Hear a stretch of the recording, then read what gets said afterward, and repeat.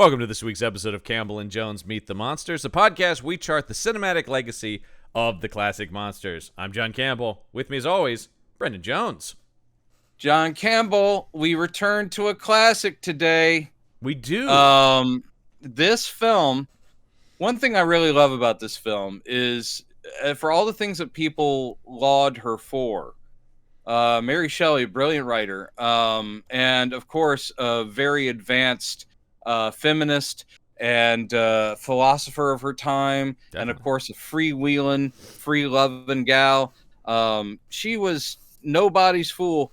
But who knew she was such a good filmmaker? I know, man. Really. Just like when we saw Bram Stoker tackling his own film, Incredible. doing Dracula. It was really good. Yes, we are talking about, as I've been referring to it to everybody because I just think it's funny, Kenneth Branagh's Mary Shelley's Frankenstein. Yeah, Presented exactly. by Francis Ford Coppola. Yeah. Because he's a piece of this too. Some of the complaints people have on this is just how much it is a Kenneth Branagh's Mary Shelley's Frankenstein. And also, I did see that a lot of people were jumping on it, as in critics, for its hyper bombast and kinetic and all this stuff. And I do think that is both Kenneth Branagh not exactly sure what to do with the material, but also I think that it was him.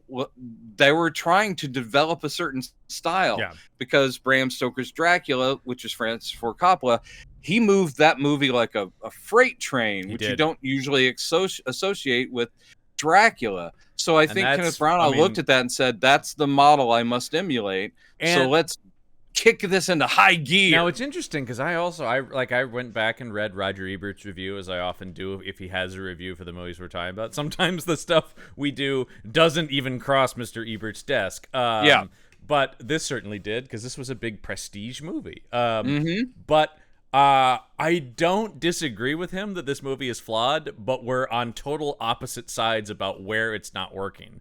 Because the critics who are talking about the bombast, those are the parts of the movie I like. I like when this movie goes crazy, and I feel it doesn't work when it's a little bit more staid. I mean, I feel like this movie is much messier than Bram Stoker's Dracula, which I love. But I do think there are some high highs here, and I don't think the lows are ever that low, is my attitude. I think, whereas people call this a, noble failure, I call it a slight success. I think it leans more towards positive, but there's a lot dragging it down too. And I think a lot of it is the clashing of tones. The difference is I prefer the thing that critics seem to not like, which is the whole third act of this movie. I think fucking rules. Once it becomes a real deal horror movie. I think that's all. I mean, I think all of that you just said is extremely valid, and I do think it really boils down to intent versus what's there. Yeah, and I do think that as a viewer, you are swept along in Act 3 when things get really big. Well, because I will say, oh, well, go ahead. Yeah.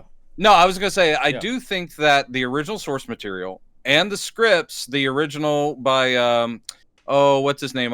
Sean Lady, is that his name? Yeah, I think that's right. It's something Lady. I always used to make fun of it. Sorry, because I can't hear the word lady without thinking of Steph Jerry Lady. Lewis. Steph Lady. Steph Lady. Steph Lady is what I always used to do. Yeah. And then Frank Darabont doing the second draft, and I think that and the uncredited, there are problems with it. And the trivia, the uncredited, of course, third draft by Branagh. Sure, of course. But I think that they set out to do a definitive take on the source material, which is not... I mean, I would say Mary Shelley's Frankenstein, having read it, its chills are there, but they are chills. It's not an in-your-face thing, even though this creature does kill people in the book and so forth. It is more about unsettling ideas and consequences and soul searching and philosophical ideas. This is something, and I think that the screenwriters tried to do that. And then I think Kenneth Branagh said, no one's going to watch that. So boom, boom, boom, boom. So there's an automatic divide, and I actually would have loved to have seen a not a gentler. Certainly, I don't want a gentle Frankenstein, but I would prefer one that took its time and developed stuff without, a 10-minute segment of shirtless Kenneth Branagh looking amazing, but yeah. shirtless Kenneth Branagh single-handedly, bringing the creature to life in that lab and all that. I'm like, dude. Oh, wow. Yeah, once again, I think we're on opposite sides of that, because I think one of the things I was thinking about watching this movie again, and I've seen this a few times, watching it again, though, yesterday, and then watching because on the Arrow 4K that I have of it, they have these Gothic literature scholars talking about the movie and comparing it to the novel, right? Yeah. And I started to think, like, Branagh's right. If that is the thing, the movie you just pitched would have tanked. Like, I just don't. Maybe you don't know. I don't know, because it's an imaginary movie, obviously, right? But, right. But I'm saying, like, the novel itself isn't inherently a big budget studio movie. Let me say that. Well, I think that's the well, thing. okay, that's because I mean that's true. What this is. This was meant to be like a big release that people would go on dates to see and stuff like that. So it's got to have more to it. I also think that there are many ideas of what horror is. Mm-hmm. And again, Psycho is an amazingly quiet movie, except for moments in it. I mean, there are movies there are different types of horror. So he felt the need to make this big budget, exciting, adrenaline-filled movie. But the source material doesn't really bear that out. So I think there's an essential discord. And I think you could have, with a different filmmaker, same script, done a great Frankenstein. It wouldn't have been this. It just wouldn't have been summer tentpole or whatever kind of. But I also think some of that just stems from, you should know what you're getting when you're hiring Branagh, right? I mean, his whole thing was with the I actually do think that was following hype and because his rep at that point was, he was supposed to be the next Orson Welles greatest filmmaker type guy. Oh, definitely.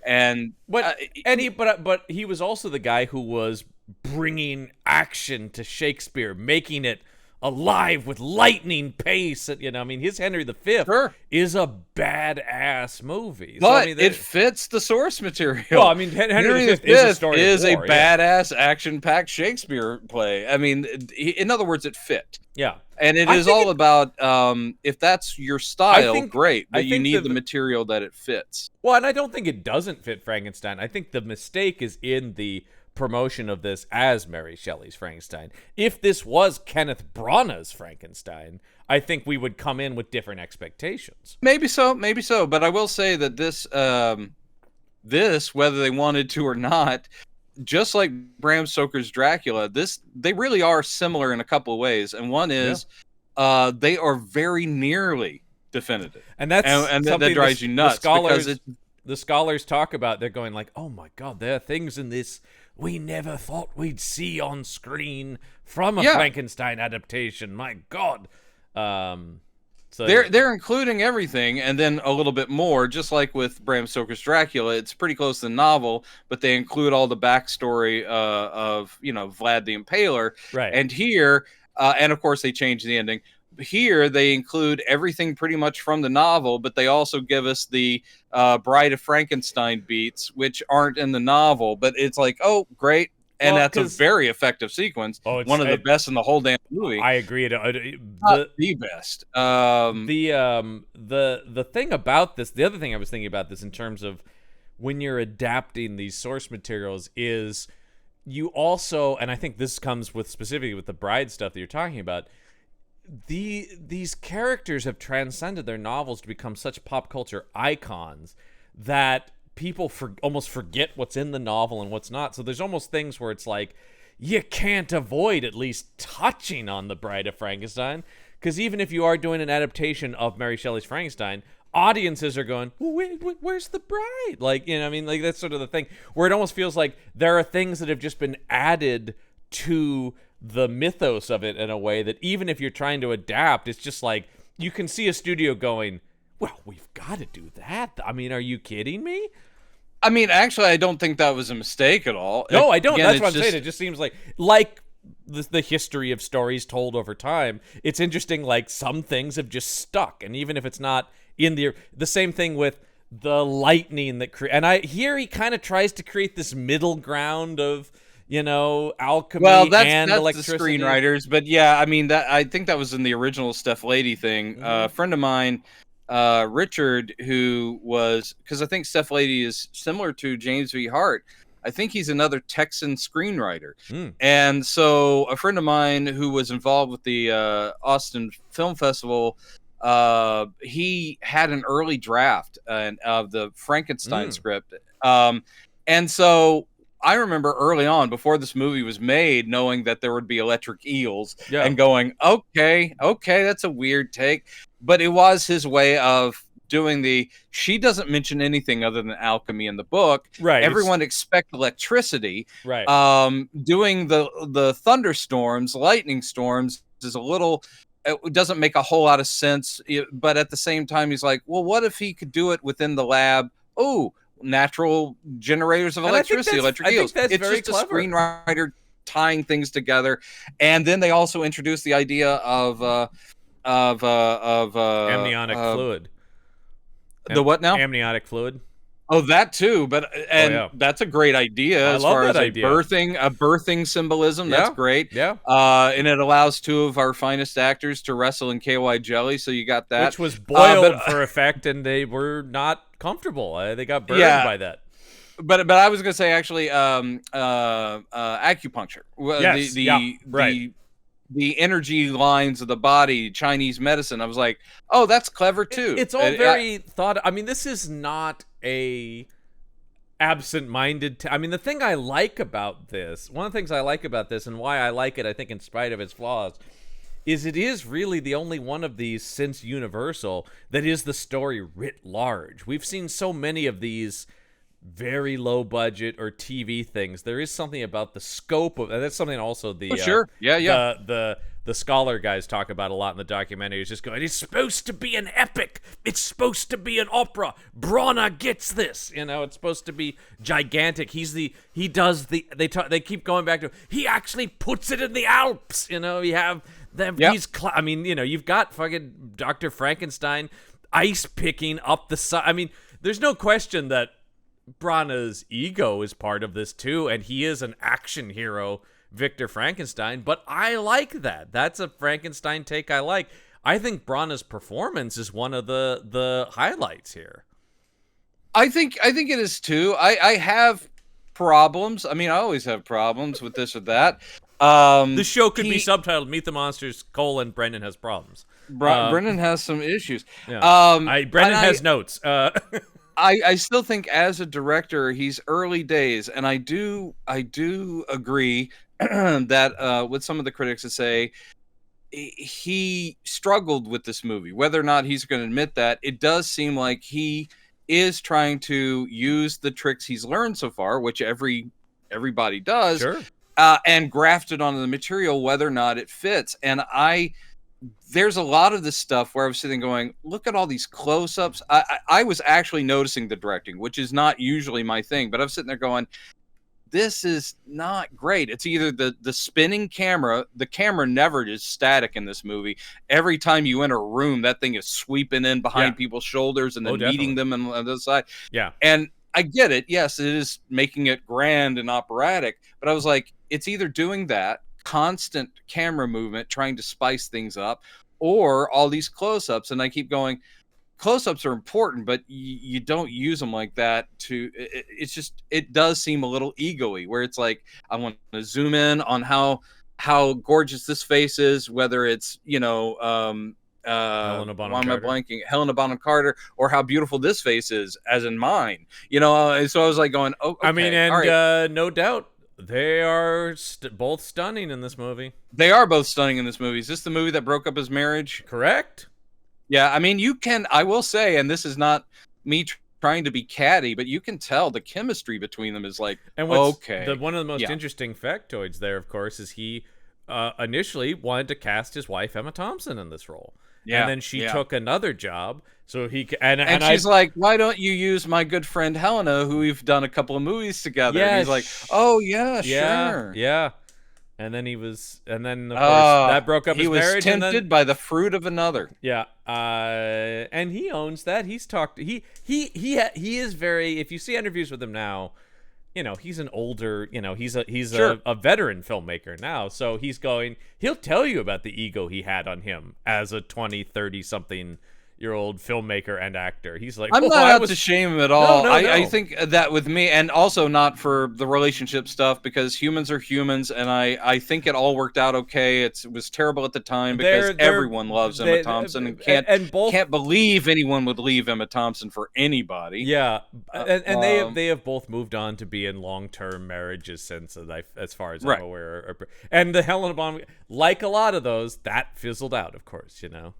Yep, and then she went on to another director. Okay. Yeah. Anyway, this is a thing that happens. Considerably different director who actually was one of the people offered this movie. And God damn it. That would have been very different. It would have been very, very different than this. It would have been, even though if it was in color, it would still be somehow in black and white because that's what he does. Yeah. Johnny Depp. It would be very stylized. Johnny Depp would have been Frankenstein, right? Or the monster. Probably. I don't know. He probably would have gone Johnny, whichever one you want to do, or both. I don't know. Or both. Yes. There's an idea. Has that been done? That's an interesting idea. It's the creature is a reflection of himself, literally. Like, that's an interesting concept. They did that with that one we saw where they shared each other's feelings.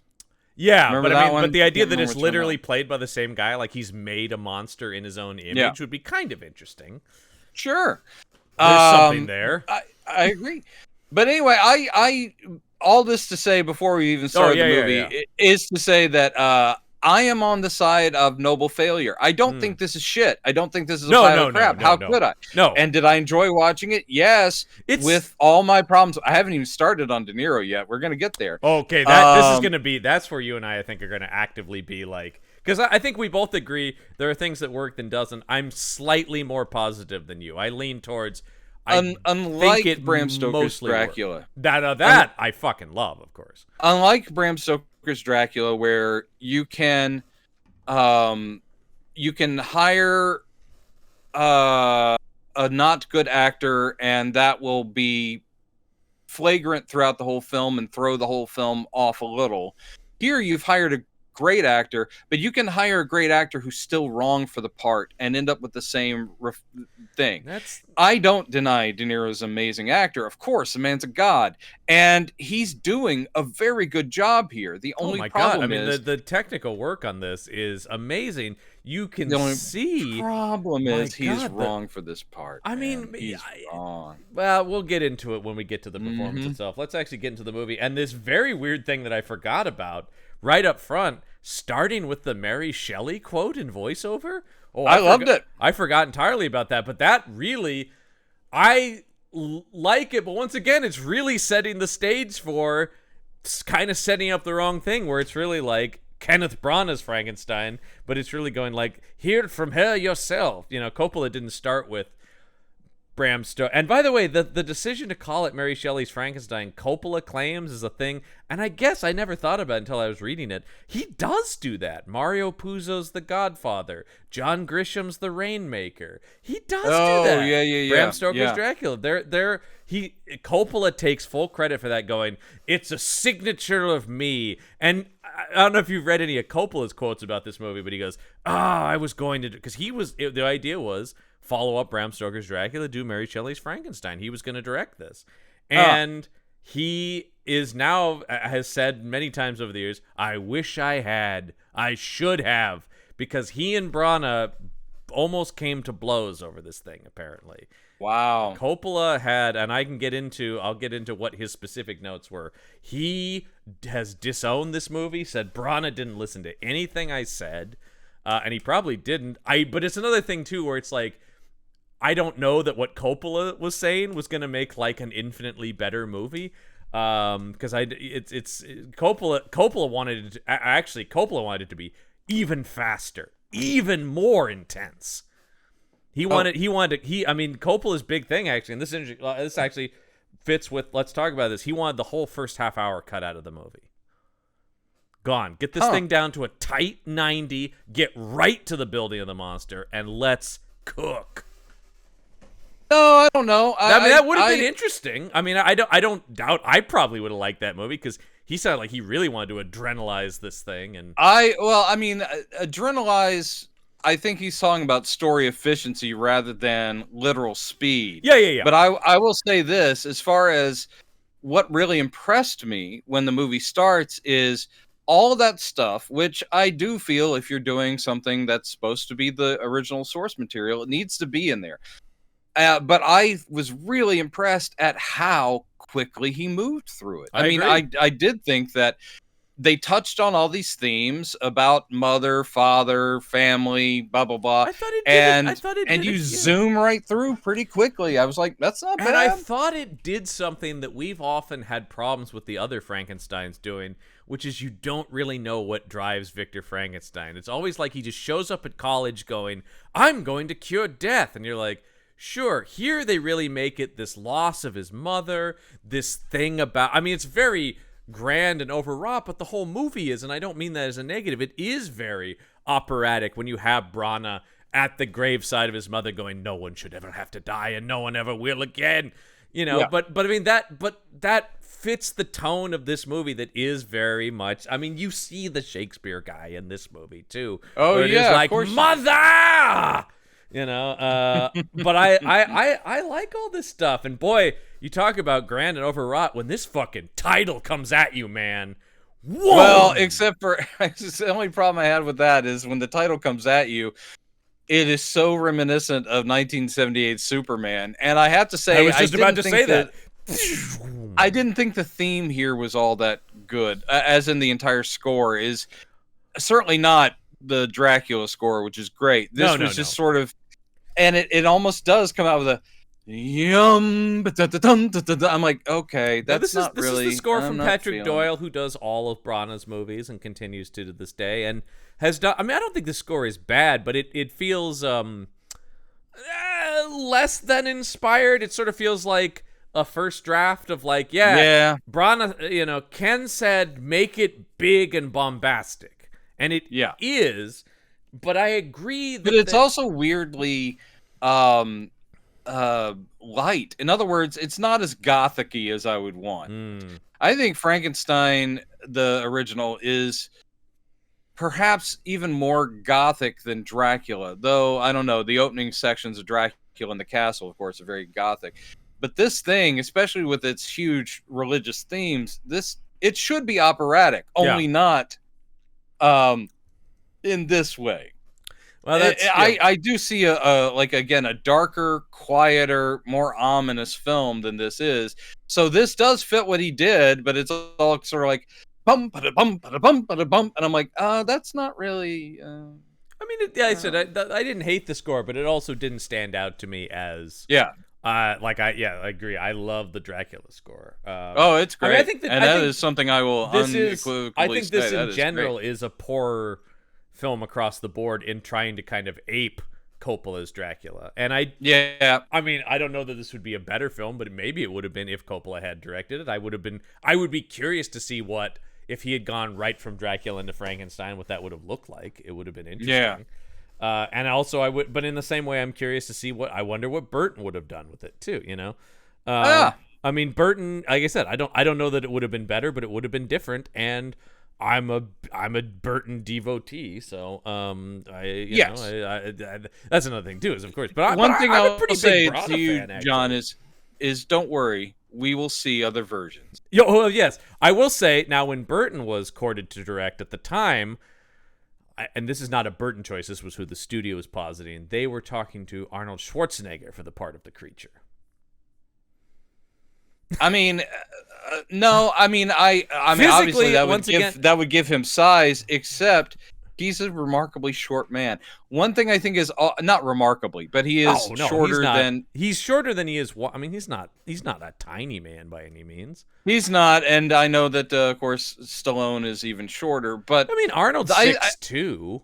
I think is he really? Yeah. But I think he's so wide that he doesn't read as tall. You know what I mean?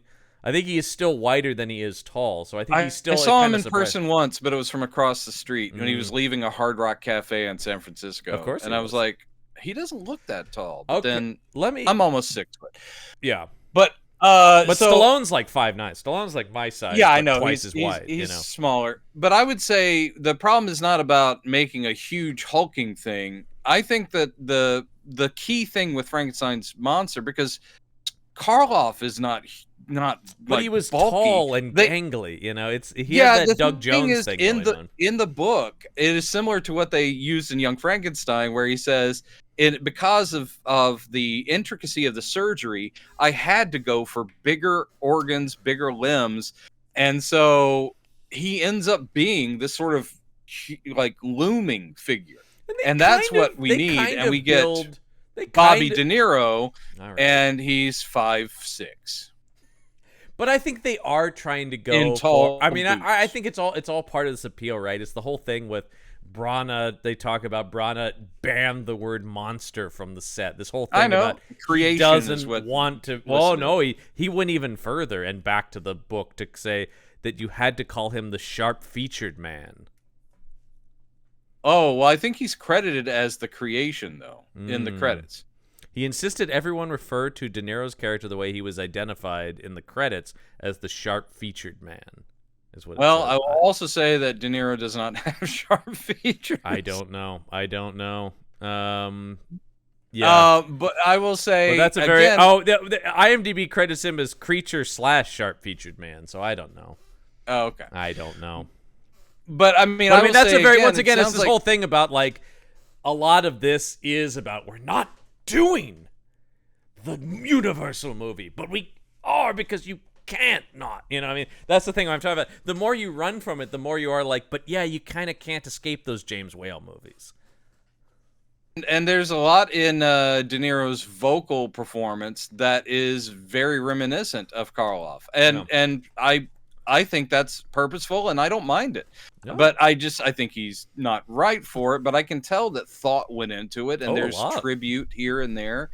So what was I getting to here about? Oh, well, let's open up with a performance I think that's actually very good in a character is Aidan Quinn's performance as the ship captain here. He's like in his own movie. I got a problem there too. Oh no, Aidan Quinn's really good in this. I love Aidan Quinn. Yeah, great actor. But again, talk about similar to De Niro. De Niro can kind of he's doing something with his voice, but Aidan Quinn, like Robert De Niro, great actors, but they cannot sound like they're anything other than New York-born or East Coasters of America. And this captain is not American. And so this makes no sense, and it doesn't work other than Aidan Quinn's a fine actor. But I'm sitting there going, all of his crew are like, Captain, what is that thing on the ice? What are we fighting? What is that thing out there? And he's like going, that's we're gonna go over there and we're gonna find the pole. We're gonna find that fucking pole. And you know what? If some guy comes off the ice, he's gonna have to talk to me first, huh? Yeah. I like that it's like when this movie starts, and one of the reasons I like Aidan Quinn for this is he's got this leading man quality. He always has. That almost makes you, but I mean, the movie starts with like, this is his story of a brave sea captain, and but he's driven, and he doesn't care if his men die. And when the waves are crashing and Branagh's pushing in on his face, you're going like, I kind of want to see this movie. This is interesting, So I don't know. I really like Aidan Quinn in this movie because I like high adventure sea captain Aidan Quinn. I like high adventure sea captain / another actor, but I like the fact that they are giving us, like a lot of versions do, the bookend. Yeah. And I always love this bookend, which is they're up the fucking pole. And this gives us the most. Why is there a person out there at all? I love this person. One of my favorite shots is the just image of Frankenstein coming at them across the ice, and they're like, because they get up there and they're like, there's something out there. They also hear the howling, which isn't Frankenstein but his creation. But when he comes in and he's just got this like sled, and they're like, who the fuck is that? And he pulls the thing off, and he's all freezer burned. Yeah, it looks great, and he's like, I mean, I like the whole I am dying Frankenstein guy. Let me tell you my story. This is always great. I'm always on board. An interesting thing that one of the scholars says in the documentary, though, he talks about that Branagh does go out of his way, and they're talking about when Shelley rewrote the book in 1831 to make the lessons of it clearer. And talking about all this stuff is this idea that the story he's telling to Aidan Quinn is this story of science can go wrong. And they go, that was a really noble notion in 1831. He goes, the problem with it is in 1994, yeah, we know science can go bad. Like, they're just talking about, like, the impact of this is lessened if you want this to be this grand allegory story of careful what it is. And it's kind of like people, they were just talking about, it's just not going to, I mean, and I guess that's just the nature of adapting any of this, but it's not going to be like, whoa, I left this movie like, whoa, I really have something to think about now. Well, I think that you can. Not my opinion. Once again, that's the opinion. But I thought that was kind of an interesting point about like. It is an interesting point, but I think that you can play it up stronger because science, we all know, can go wrong. And actually, it's much more interesting today since there's such an anti-intelligence and anti-science movement. Well, I mean, the most interesting thing in this movie is De Niro's character before he's the creature, and they actually talk about that in the documentary too. There's like, yeah, this guy's an anti-vaxxer. You know, he is indeed a huge part of the problem. A thing that causes some of the trouble in this movie is an anti-vax attitude. Right, but he's literally, you can. The thing is, science has not still yet gone as far against God in quotes than what Frankenstein has done in this novel from a million years ago. And we've talked. Yeah, the other thing we've talked about with the Aidan Quinn thing, though, about the idea that he's so driven that he's willing to sacrifice his men. Branagh kind of backs it up to less a cautionary tale about science and more a cautionary tale about obsession and drive. And right? obsession, drive, and losing your humanity. Right, and that's the lesson because basically the Aidan Quinn arc is through this story he decides we should turn back and it's not worth sacrificing the lives of myself or anyone else for this. It's actually very well done, and again, in whichever writer brought it to it, but the whole thing of where he goes, oh, are you like me? And he's basically like going, what do you mean? And the captain's like, I don't know what you're talking about. He's like going, basically saying, are you so driven by what you believe is your mission, your goal? And then he, of course, says something very much like, I will have changed the world for the better. And he goes, yeah, you're like me. Yeah. Okay, this isn't good. Not good. Victor's like, been there. Been there, man. So, yeah, we start our story here when they bring him aboard. I always love the way that the Victor Frankenstein is always like, my name is Victor Frankenstein. This is not unique to this. This as is all if of them. He thinks the entire world has already known who he is. Like, I'm waiting for the lightning strike and Aidan Quinn to back up like, no, it can't be. You know, like the way he says it.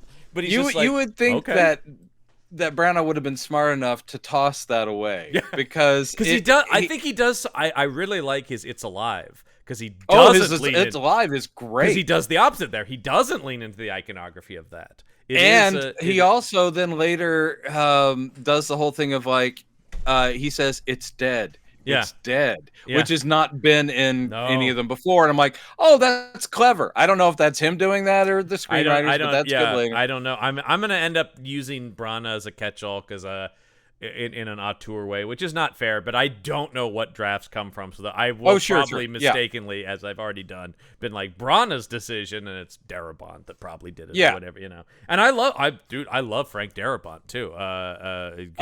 You did read his quote, though. I will say it. Yeah, I will say his quote. Yeah. Frank Darabont, who we do know, whether you're a fan of his films, his writing is great, and he's done so many great adaptations. And he's one of us, a serious genre nerd. Huge genre nerd. The quote he said that this was the best script I ever wrote and the worst movie I've ever seen. Yeah. And that, you know, once again, certainly problems. That is definitely a guy too close to it to be like, because this is not terrible. I mean, but again, I do get like, but I know that feeling of being like, oh, but I wrote something better than that. You know? You got to calm down with that, buddy. But I say it is something where it's intent versus, what came of it. So he's seeing something completely different while he's writing it. And then that's gotta, like you said, it's gotta be a major blow to go to the cinema and go, oh wow, that's not it. No. No. It's interesting as I'm looking at his quote here. He talks about, I don't know because he's talking about it has no patience. It's big and loud. And he goes, I don't know why Branagh needed to make this big, loud film. And I think a lot of it is both his own thing and probably from a studio standpoint of going, once the budget is ballooned to this, let's deliver some set pieces. Darabont is, savvy enough and experienced enough he shouldn't be like, why did it happen like this? I'm sure. I just think it was a shock because, again, especially at the point where they've greenlit it based on whatever draft that is, and he's like going, great, we're all in agreement. Yeah. And then it goes to a producer who's like, great, we're all in agreement. Then it goes to a director who says, I'm going to do my own thing. And you have both the producer and the writers going, wait. And he's like, nope, off doing my thing. Mm-hmm. I think it was probably, jarring.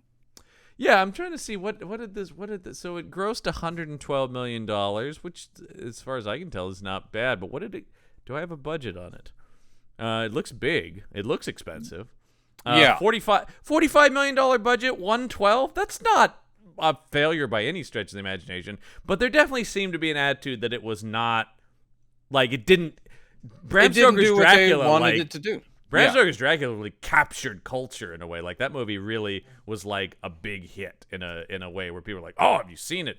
And the video sales and stuff like this. I think this people were like, I have not played the video game based on it. I saw that. I can't even imagine it. Mm-hmm. I think it may have been advertised on the back of comics. It definitely was. Yeah, it definitely was. The player controls Frankenstein's monster as he stomps through the streets of Ingolstadt, seeking revenge against a man named Victor. All right. So basically, you play as the monster, and townsfolk are attacking you, and you have to smack them back with a stick. That's great. No. All right. So let's get. So we realize who the real hero of the story is. One of the horror beats I do like in the ice here is when they send the dogs after them. Yeah. And just Victor Frankenstein going, they're dead already. Yeah. And you just hear them being killed, and that I thought was very cool. Yeah. I do like the reticence as the IMDb trivia says. De Niro gets first billing, but he doesn't show up till like 40 minutes into the movie, and you're like, kind of as it should be. We've chided some of these for rushing too fast to the monster. It's interesting how they where they decide to put it. I don't agree with the Coppola thing. If we need to hack out the first half hour, you could talk about addressing pace or something, but to just say, because this was during a cut of the movie, so if you just cut out the first half hour, I don't think that the movie would be better. I think the movie would be much worse for that, looking at the material we have. This is not from a script standpoint, but so anyway, we flash back to Victor as a child and Ian Holm, the late great Ian Holm. Ian Holm doing a lot with a little here. It's not like the Frankenstein father is a massive character, but he's got some good stuff in here, and he's always. I mean, that's the thing. Branagh can always get like the Royal Shakespeare people, right? Like, there's always he always has, because even like his fucking atrocious Artemis Fowl movie for Disney still has Dame Judi Dench. You're going like, I haven't seen it. No, it's the worst thing. But I never read the book, so it's not like I would know if it was. It's a bad movie. We did a review of it over on Panel Up, and Gorgoni's a massive fan of the books. I've never read them, and we both hated it. It's that's not good. No, it's a disaster, and it's a totally anonymous thing. It's not even. It's a thing where I'm going, I don't even see Branagh in this. I don't know what drew him to the material. I don't know what happened there. It's the worst thing he's ever made by far. Wow. As a filmmaker, at least. But yeah, so we get Ian Holm here, and they have taken in little Elizabeth, who's going to be raised as his sister, kind of. Yeah. But especially in this time, though, a non-blood relative being raised as sister, you're just asking these kids to get married, aren't you? You really are. You're basically saying, meet your little wife. I mean, because as we've talked about, marriage in that time, it was kind of like, who's around? This was, I mean, again, all from the book, but yes, the poor orphan girl brought in to be like a sister to him, raised together, and of course, also the character of Janine, which she shows up in some versions. We've seen her in some versions. Yeah, who is the daughter of like the head housekeeper lady, and she's also like a childhood friend of who loves Victor. It's interesting when those scholars were talking in the documentary, going, "We'd never seen this before," and we've done so many of those. I go, "No, I think we've seen most of this." But it's just like, maybe you just refer to theatrical releases. Have you seen every TV miniseries like a? We've seen Janine there, and including we've seen at least a couple versions where they do the whole nonsense, which is still, even from a lover of the source material, you're clunky. Like, this is just dumb story construction where she gets blamed for William's death because she's holding on to like the little locket that William had.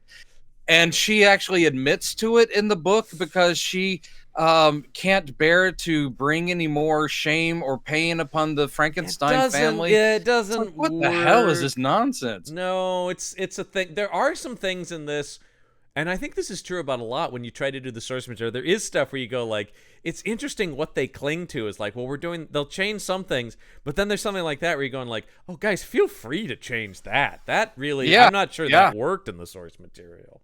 But I mean, if you're trying to introduce something that's like murder mystery-esque or something like that, there's no point. If you just need a character to suffer, do we need another? I know. Okay, yeah, whatever. I mean, what happens to her is so fucking awful in this movie too. Like, it's of course, like, Jesus. And they almost do something with it where he's like, because the monster is like, I'll take her as my bride. And you're like, oh, okay. But then, of course, that's just a fake out to get to what inevitably happens. So so this does lead to something I always love in these things, and it speaks to once again the ego of Branagh, which is how young does an actor think they can play in a movie? Because is this teenage Victor Frankenstein that we have? Like 35-year-old Branagh playing. I like that all of this is included. Yeah. But I did think, what a big mistake. This should have been younger actors.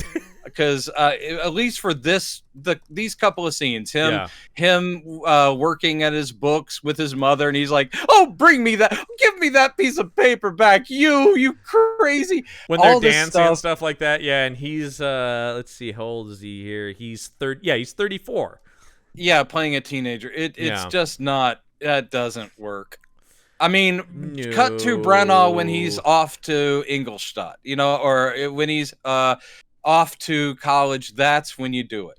Yeah, no, it is sort of a thing. But it's any biopic or anything, I'm always like, all right, major movie star, how young do you think I will believe you as? Anytime you can. And it's like, well, yeah, he takes off the beard and he's like, yeah, see, I'm 14, mother, or whatever. He's Jesus, 15, 16 really here.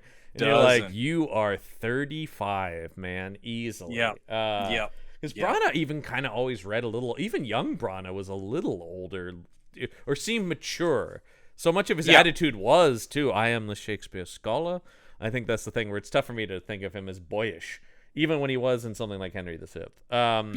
So, but this is the thing where it's like, oh, Victor, you and your books, your thirst for knowledge knows no bounds. You need to better yourself. And then we get this scene where they're all dancing. And I mean, it makes it, the tone I'm using makes it sound like, but I agree. I do like the speed with which they move through this. And the mother collapses here.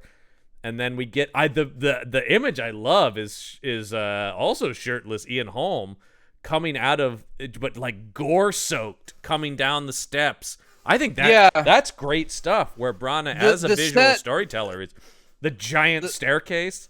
Yeah, it's a little reminiscent actually of at least one of the Universal films. Is it Ghost of that has which one has that ridiculously big? I think it's. Or is that Son of? No, maybe Basil Rathbone. No, it's Son of. Yeah, it's Son of. With Son of, Basil. right? Yeah. Okay, but it does have that sort of big staircase and the all that stuff. And I'm like, there's lots of shenanigans moving about that movie in the mansion more than the other But one. all this is really just to build up how wonderful a family they are, how everyone loves each other, and then the mother of Victor dies in childbirth. Victor, who does look like a 30-year-old, is about to get a baby brother, but of course he's only supposed to be like 14 or something getting a baby brother, and that's William. So here, the mother dies in childbirth, and it is a pretty graphic scene, which actually that's all right because it's being true to the period. Mm-hmm. And so she basically tells Baron Frankenstein, the dad, like, hey, kill me to save the baby. Yeah. Cut it out of me. And he does it. And then Victor's like, no, mother, no. Well, he's And literally this is holding when her he body decides- and shouting in the heavens, going, "Bring her back!" Yes, this is where he decides, Once you know again, I'm what? on I'm board going to for use this. science to conquer Well, then, death. yeah, then it jumps a couple more years, and that's where he's about to leave for university, but he's talking to the grave, going, "No one should ever have to die again." Yep. And once again, I think this is all working in a very, because it is condensing a lot into a prologue, so the fact it's a little grand, maybe a little overwrought, is like, well, we're expressing a lot in a short period of time. Is there is this like before he goes to school? Is that when Elizabeth and William and Janine Yeah, they all go out to study the lightning, because so it goes the graveside thing, then that scene, then the party to send him off. And I'm really impressed that Benjamin Franklin's experiments have traveled to Geneva so quickly, because there's old Victor making a full on lightning rod. I do like this scene where they're like, Victor, come out with us and they're like, it's so good you got out of the lab. He's like, oh right, yeah, I'm totally not doing a science experiment right now.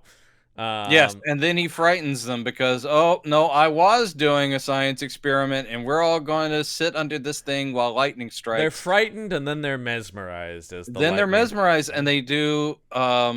This is grand sweeping shots of the. I mean, I do like. This is where I'm talking about. I like where I'm like, whoa, a Frankenstein movie with some real money and some grandeur and some scope. Actually being in the Alps, it looks great. That is something I do really like about this. But they do this is heavy-handed, but I don't mind it. It's symbolism, but they do the whole close-up of Victor's finger and Elizabeth's fingers coming together with lightning between them, which is very much like the Sistine Chapel of God delivering the breath of life to Adam. And I'm like, oh, I get it. Oh, I get it. Well, and I do. I mean, like I said, I think similar to the Ian Holm thing, though, I do think Branagh is good at doing visual storytelling throughout the movie. I mean, maybe it's too much in places. I do really like all the spinning cameras. The close-ups, maybe there are too much of. I agree, but I think do everything is everything everything in moderation.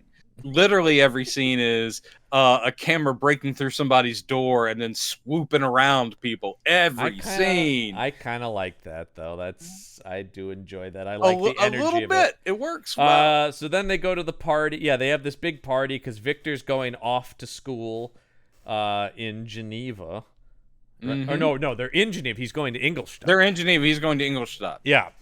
And they have this thing, but of course, the big thing is him and Elizabeth outside of it, and he's going, oh, if only you were to marry me and come with me. And she goes, no, I have to stay here. You have to do your studies, and then you can come back and we can be together or whatever, right? Yeah. There's this whole thing. And it's all, boy, oh boy. And I mean, when you know the history of it too, it is all this burning passion between, boy, really at their, I mean, not that they look bad now, but holy shit, two of the sexiest people you've seen in a movie. Kenneth Branagh and Helena Bonham Carter in 1994. Jesus Christ. It's firing on all cylinders. It is here, and it's an interesting thing because I remember when I had the DVD of this years ago, it was like it had a pull quote on the front. It was like stunning, terrifying, erotic, and I'm like, erotic? I've seen the movie. It's just it's all this sort of staid eroticism, though. It's not like it's not erotic in the sense that like Basic Instinct is an erotic movie. No, but I will say, again, not something from the book. It's like, you know what? We are going to show them totally bone in a scene. It's going to be very Oh, discreet. and talk about cameras are spinning. Oh, cameras are spinning like motherfuckers. Cameras are spinning is implying the sexuality more than anything, really. More than anyone's doing any thrusting. That camera is just spinning and spinning. Mm-hmm. That camera actually had a condom on it while they filmed. That camera banged both of them separately, actually. It was a three-way with the camera. There is now actually a legal precedent set about sexual intimacy between people and cameras. I will just say, if anybody's fucking steady cams, it's Kenneth Branagh. But yeah, I mean, it's about as sexy as. Well, no, not quite as, because Bram Stoker's Dracula actually did lean into it even much more. Well, and Dracula is more inherently erotic and sexual in its story, right? I mean, that's part of it, is this sort of unleashing of sexuality in that. Yeah, this is actually quite chaste love between Victor and Elizabeth, and very pure. And then you have the creature saying, "I want me some of that," but he's not like being overtly sexual. He's like, "I want a companion, a friend, and we will go to the ends of the earth and never bother you again." Sounds like a good deal, actually. Just fucking build it. I think I've said this before. I'm like, just build it. Or I think my other suggestion was, tell him you're building it, then kill him in in a discreet way, because he's distracted. I know this movie kind of posits like he's going to do it, but then it's like, she's like, "Let's get married now." He's like, "Okay." Yeah. And I don't know. He just forgets. Like, no, monster. I was totally going to do it. We did get married before you. It's sorry. It's on my list, man. It was on my list. There's the other option. You just keep pushing it down the road with him going, "What are you doing in 6 months, monster? You got somewhere to go." I got to fit this in my schedule here. Start picking out corpses. Who do you like? Who's looking good? You don't. That's the other thing. You go, "Hey, don't take this lightly. Don't marry the first corpse you find. All right. Yeah, you gotta find the right girl for you." Oh my what do you feel? God! What do you like? Do you like a brunette or a sassy redhead? I will say Janine is very cute. So I mean, Janine's body with Elizabeth's head, that should have worked. Yeah. Nah. It doesn't, unfortunately. No, we'll it talk doesn't, about. So Victor goes to Ingolstadt. I do like him renting this giant, attic room and going and you can almost just go like, "I'll put a chemistry table over there and a thing over there. Yeah, this is great." And actually, the set design's great. What doesn't make any sense here. Oh, I mean, this is another example of, once again, with the studio resources, all production aspects are amazing in this movie. Yeah, but I'm sitting there going, and costumes are great too. Yeah. But I'm like, and makeup is really good. Yeah. But I'm sitting there going, it was nominated for makeup. I'm like, how did he do all that by himself? It's like, even Henry, in some of the versions, Henry is like, he doesn't believe or doesn't like the experiments, but he will help his friend. In this one, Henry didn't put any of those tanks in there. And when the creature's created, it is literally Victor running from switch to switch. He's doing it all by hand. He doesn't even have a someone he's hired. This movie does, and I think other versions have done this. This is not unique to this, but there is a lot of just and then it just kind of comes together, Yeah, I know. Also, I love when she shows up and she's like, "Let me take you back because you're sick now," and all that. And he's like, "Fine, I will go." And I'm like, where's all that equipment suddenly? It's already packed up and gone, because they're standing in that attic the way it looked at the beginning of the movie. And then later it gets shipped back there in crates. Yeah. So I don't know. That's all right. So yeah, I mean, these are the least of anythings. Yeah, absolutely. So immediately though, he's causing trouble because this professor at the medical school is like, "Oh, there's no place for original thought as a doctor. No, you just read what's in the book and you do that exactly." He's like, "Wait a minute, hold on, are you really saying that?" And he starts some shit. And everybody's kind of scoffing at him, except for Amadeus. I'm sorry, Henry Clerval. Tom Hulse, man. This movie, rewatching it, Made me miss Tom Hulse. Not that he's not still alive, he's just not acting anymore, really. No, I know. I Yeah. don't see him often, No, and this was sort of like a reminder when it came out in '94, because you're like, where's he been? He's a big Broadway producer, because I watched the HBO Max documentary about Spring Awakening, which is a musical I fucking love. And he was like the main champion of that and main producer. So he's all over that documentary. Great. And I had the thought in that, because that's a brand new thing. Going, oh my God, there's Tom Hulse. I love him. I love him too, man. And he's great in this. He's absolutely great in this. He's always yes, great. He's playing similar, though not as huge as Mozart, because he does a certain character well. Yes. And the certain character he plays is what RDJ basically got known for. Sure. Watching this, I realized how close they are as actors, because they both inhabit puckish men so very well. You're saying Hulse had a shot at Iron Man at one point? Maybe so. But they also, it's just, RDJ does have the keen wit thing. Yeah. But Hulse doesn't have. I could imagine, a few years later, RDJ being Henry Clerval in this. Oh, absolutely. The thing is that they very much have what always comes across as the ability to seem like they are so in the moment, that they're unpredictable, that they're, again, when they laugh or something, it feels genuine. Yeah. It is a great sort of spontaneity of spirit that I love watching. So I think that was a perfect choice. The casting in this movie is almost great. Just like Bram Stoker's Dracula. There are two people in this movie that take me out of it, and there's at least one over at Bram Stoker's Dracula. An interesting thing here in the trivia for this is Branagh really wanted Amadeus and tried very hard to get that part that he lost out to Hulse. So people bring that up, sort of interesting. How old was he when Amadeus was being made? Well, maybe 10 years. So he would have been in his mid-20s, probably. Oh, interesting. I had He wouldn't have had any kind of clout or anything at that time, but he really tried hard for that part, apparently, in that movie. And so here he casts, and then another interesting thing in terms of sort of things down the road is Kate Winslet was one of the finalists for Elizabeth in this, and of course he will use her. He didn't think she was right for this, but he did remember how amazing she was, and then used her as Ophelia in his Hamlet.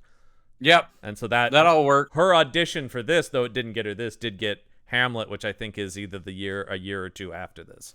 It's his next movie. I like Hamlet. I really like his Hamlet movie a lot. And talk about that really was, we are going to do the whole thing like nobody's ever done before. Yeah. And it is exhaustive, and it's great. It's very handsome, and I mean all of his Shakespeare stuff I love.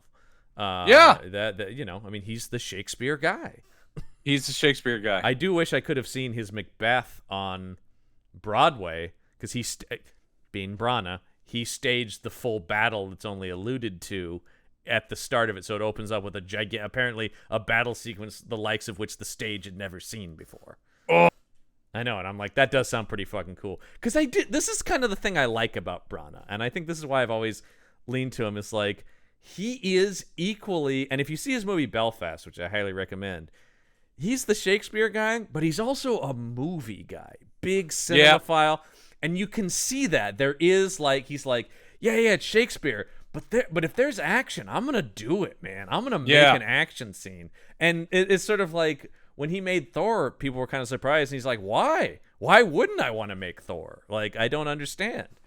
He goes, "I love the comics because people are snotty about comics." Although also you and I'm sure you had the same reaction as I did, where I'm going like, "Oh, that makes all the sense in the world that he's gonna." It makes perfect sense. The Shakespearean, grandiose father. Famously, Thor in the comics was written in a very, very pseudo Shakespearean dialect, and in that movie, and it has that kind of weighty seriousness. And in that movie Belfast, which is very autobiographical, there is a scene of little kid Kenneth Branagh reading a Thor comic in the 1960s. Perfect, that's which I thought was very fun. All right, so we have Henry Clerval's the only one who's like, "Hey man, I like what you're saying. You're challenging. I'm Henry Clairvaux. This is totally me, like in high school. I was never the class clown. I was always the guy who was like, oh, this guy's a cut up. This guy's causing trouble. I'm going to be his friend. So I don't really get in trouble, but I like being near where the action is, or whatever. Like Clairvaux is the enabler, and basically the whole thing is that Victor is. I don't know why Victor's surprised that. I mean, the only thing is logically, why would he be surprised if his medical professors are going, no, we're not going to be studying alchemists. I just love him coming into this institution and go with such he's just going, no, you're wrong. What are you doing? And then we get a great bit of stunt casting, and I mean it as in great bit of stunt casting, because his mentions of alchemy and going against the standard ideas and dreaming big is noticed by a mysterious shape in the shadows. And it turns out that he is a disgraced professor, but still works at the university. And it's our buddy John Cleese in a dramatic role. And he fucking knocks out of the park. Because of course, we've talked about this. Comedy people can do drama like nobody's business. It's often the other way that doesn't work. People are always surprised when comedy people are serious. I'm much more surprised when serious people are funny. But that's true. The studio was really against this. I don't know if you saw any of this. Are you kidding me? They were like, no, he's a goof. People aren't going to take it seriously. That's why Branagh goes, no, we're going to put a wig on him. We're going to give him a chin. We're going to give him fake teeth. And we're going to put in fake teeth. Yeah, we're going to do he did all of that to assuage the studio's fear that the audience would just start laughing the second he came on screen. He's playing Professor Waldman, who is obviously the heretical the studio professor. Choice for this part, Sean Connery. They really wanted Connery to be Professor Waldman.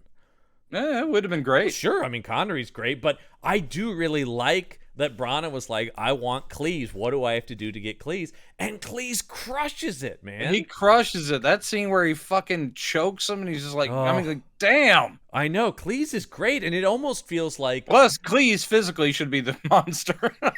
Cleese would actually be He's a giant man. He is. He would be an interesting choice for the monster. But it did make me go, I'm kind of bummed he didn't get more dramatic work. He's so good in this. And I mean, he's dabbled, but for the most part. He's done some. Yeah. But I almost wonder too, though, if it's like, man, it really feels like he went at this almost in a way where he's like, man, I've got something here, because it's a small part, but it's an integral part. And for a good, 15, 20 minutes of the movie, it is what you're watching. He's really the mentor to Frankenstein here. Yeah. And he basically invites Henry and his Victor and his buddy Henry over for dinner, and he's got this cool secret room where he's like going, let me show you stuff, but lock the door. And he talks about his experiments in resurrecting or reviving dead tissue, and he got very close, and Victor's like, oh my God, it's exactly what I was talking about. And how close did you get? He goes, I don't do that anymore, because my last experiment, the closest I got was an abomination. All of this, of course, I'm like, yeah, give me that. And he's got an orangutan arm that's hooked up to some electrodes. Mm-hmm. And he's like, go ahead and shake its hand. And it crushes Henry's hand. Like that? And then he's like, damn! Once again, a good Holst take. I also like Holst fainting in the anatomy class. Like, there's always just these kind of bits that are like, yeah, Henry's maybe not cut out for this. And you also kind of understand, maybe that's why he doesn't involve him in this experiment. Oh, sure. I mean, the idea is that Henry was meant to be a doctor, not a surgeon. That's the whole thing, that he has the trouble graduating or passing anatomy. Yeah. But he eventually does. But yeah, that's all good. And of course, the instructor's like, hey, here we're going to be carving out someone's brain. Hey, Victor, why don't you give this a go? And he's like, on it, boss. And that's where Henry faints. He can't wait to get wrist deep in somebody's chest cavity, to get those brains open. So he's secretly studying with Waldman and still taking his courses. You get this scene with him and Waldman where Frankenstein is like, humans are such fragile creatures. He goes, I've put some thought into building a better man. And Waldman's like, whoop, let me stop you right there. Been down that road. I've abandoned that. because that way lies madness. He's like, no. But I like Waldman as like the proto Frankenstein, where he's like, Yeah. I've looked into that, and that's pretty fucked up, man. I don't know that that's gonna lead to anywhere good. So maybe just and it's great because it does this sort of thing about the haughty nature of the youth, going like, whatever, old man, because you couldn't it's figure it definitely out. this. It's like, just chickened out. You chickened out, man. Yeah. I'm gonna do it. I'm gonna finish your research and all that. Yeah, and this is where Cleese is working at the, we're not yet at the cholera outbreak, are we? No, this is something This is else. just Another I think it's smallpox. Yeah, and he's there, and so it's at the and we've seen this in some of the other versions. Frankenstein and Waldman are working, and I think Clerval as it's well. like a local clinic. Yeah, and I'm sure most of the medical students are volunteering, and while they're volunteering and helping people, wouldn't you know it, they bring in a rough and tumble guy who's missing a leg, and he looks a lot like Jake LaMotta. And he comes in and he's going, I ain't gonna get fucking, you try to fucking vaccinate me, I'll fucking, you know what I'm gonna fucking do? You trying to put some vaccine? Did you fuck my wife? Did you fuck my wife? He says this to Waldman. And then he holds his arm out and a gun shoots out of his sleeve into his hand. You talking to me? Yeah. He's got a mohawk.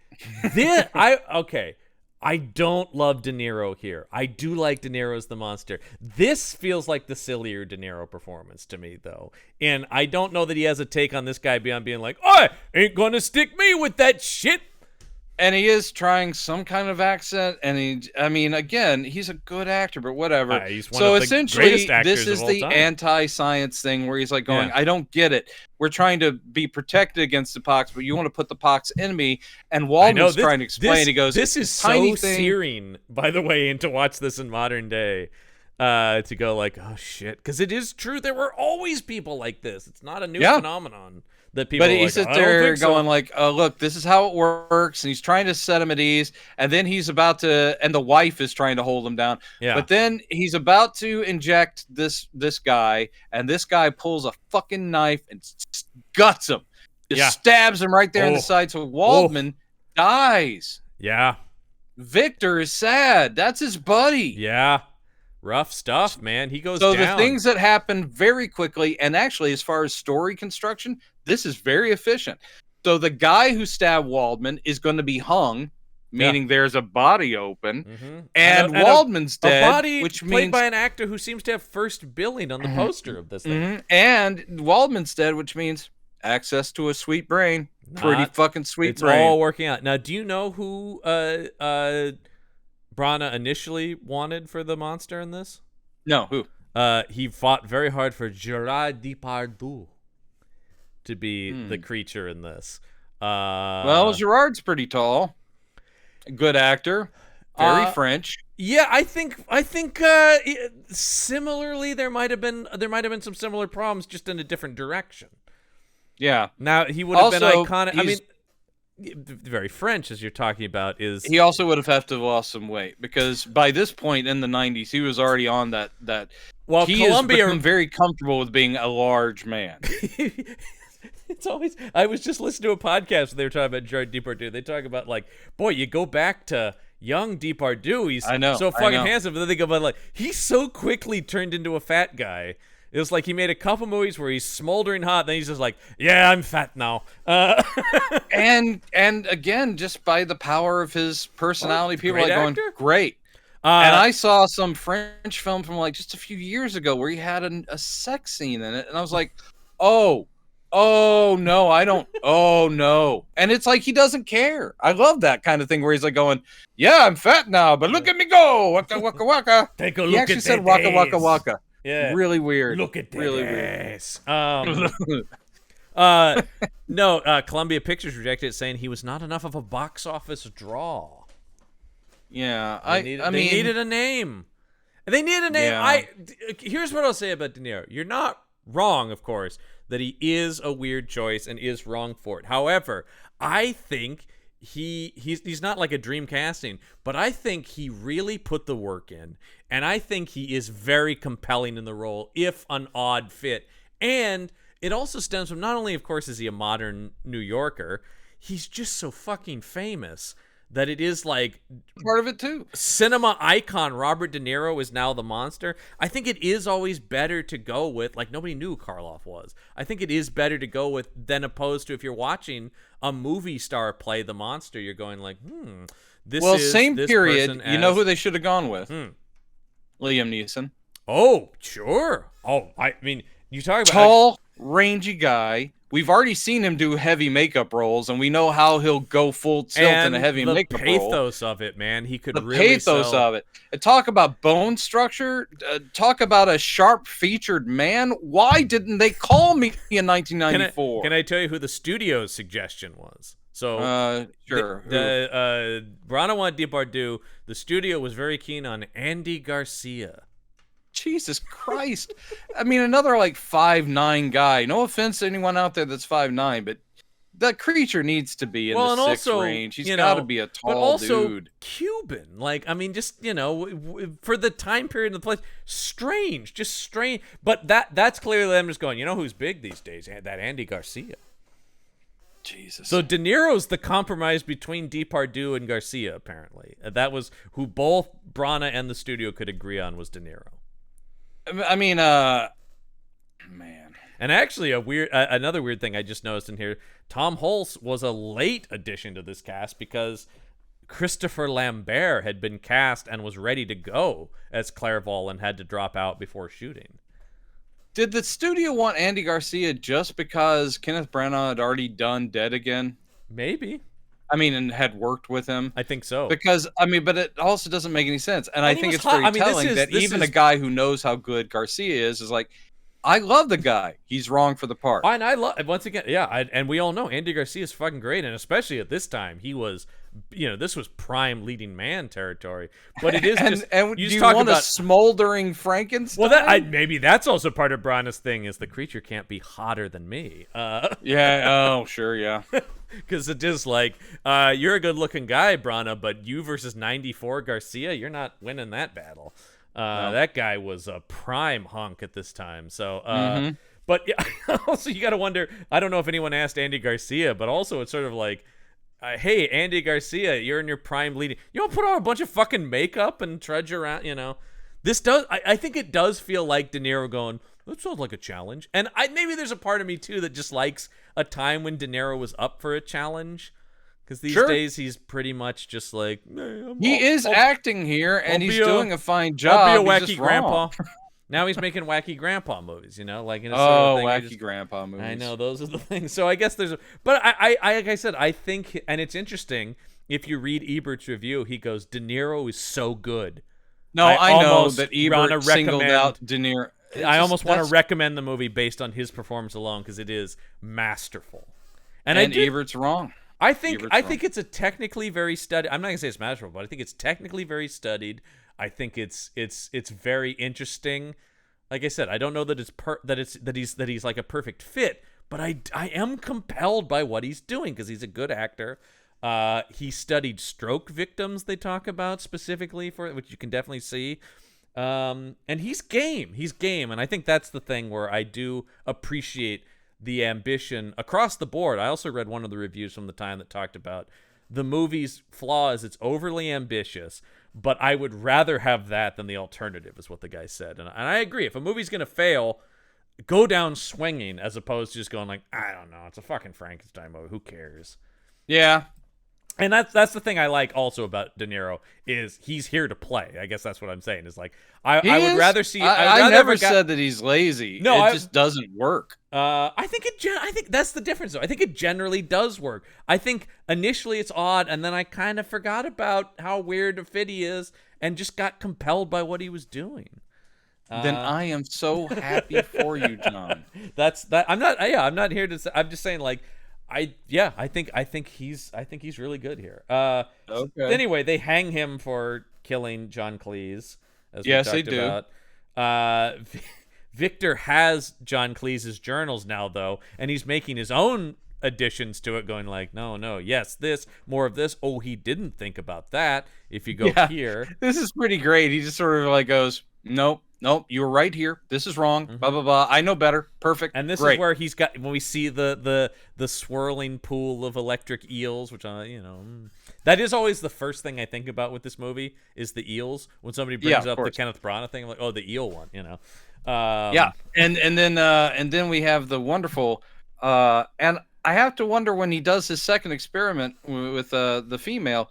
Where was he getting all those buckets of amniotic fluid from? Yeah, it's an interesting thing. Here we have him collecting up amniotic fluid. There's a voiceover of his journal, right? And he's going, right. It was then I realized the key piece that we were missing was the amniotic fluid.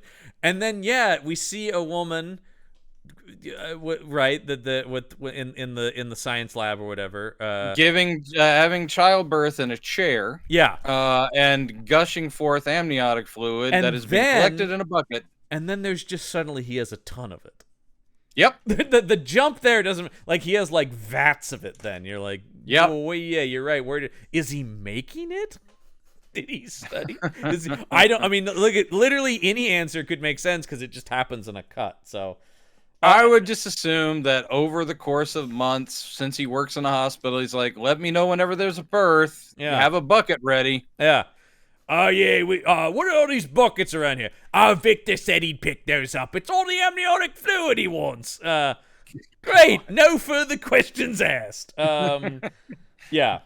So, yeah, he's building the body. We see where he's taken De Niro's body and one of his eyes is missing. So he's going like, got to cut that out. Actually, the eye wasn't missing, but it was dead, right? It had pox. Oh, right. He cut out the part that had, again, pretty efficient. It's like, the reason I'm replacing the eye is this area is infected. I'm cutting that off and giving him a different eye. I got to get a leg for him here, so I'm going to go take poor Hugh Bonneville's leg. By the way, Hugh Bonneville. I don't understand the feature. This is the feature film debut of Hugh Bonneville. Oh, who's we saw him as one of the students later, and then we'll see him dead here. And Branagh's looking at his leg like student. He's the one who's like, inside. Yeah. But I like anyone watching now goes, oh my God, Hugh Bonneville, great actor. I actually heard you, and I don't live anywhere near you, but you were so loud. Early Hugh Bonneville. For a very brief aside into 007 Corner, plays a battleship commander in Tomorrow Never Dies. Oh.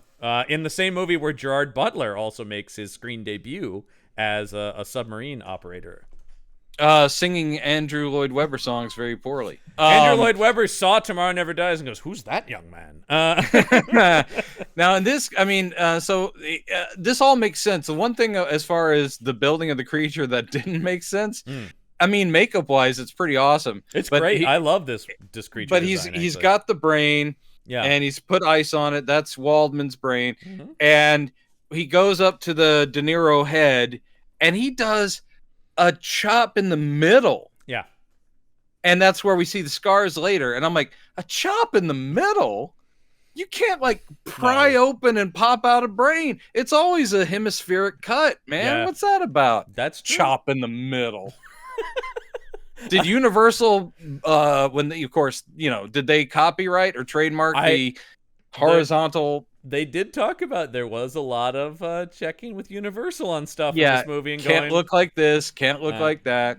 I just love the idea of them showing different drawings to just like a guy with his arms folded and shaking his head like, can't do it. That head's looking a little flat. That's ours.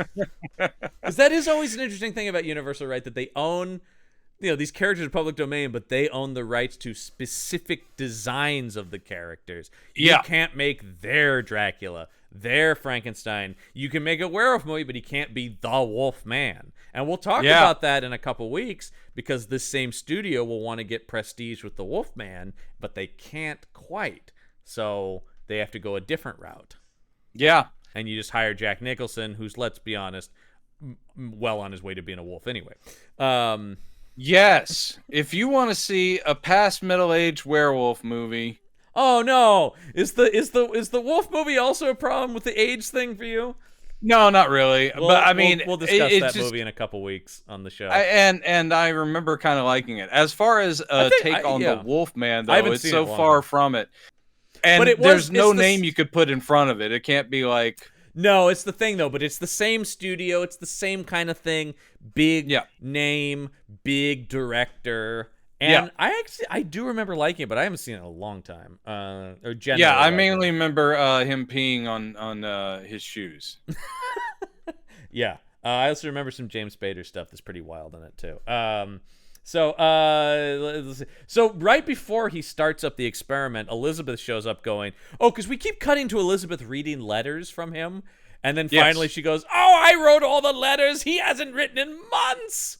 The first one. one where he writes the "I love you and I want to get busy with you," that was a real one. This is all, by the way, this is all a montage where we're talking about him putting the body together and her reading the letters, going, "Oh, he's writing some." Yes, but I'm this sorry time, to Helena Bonham Carter that every woman I do on here sounds like a Monty Python character. Oh dear!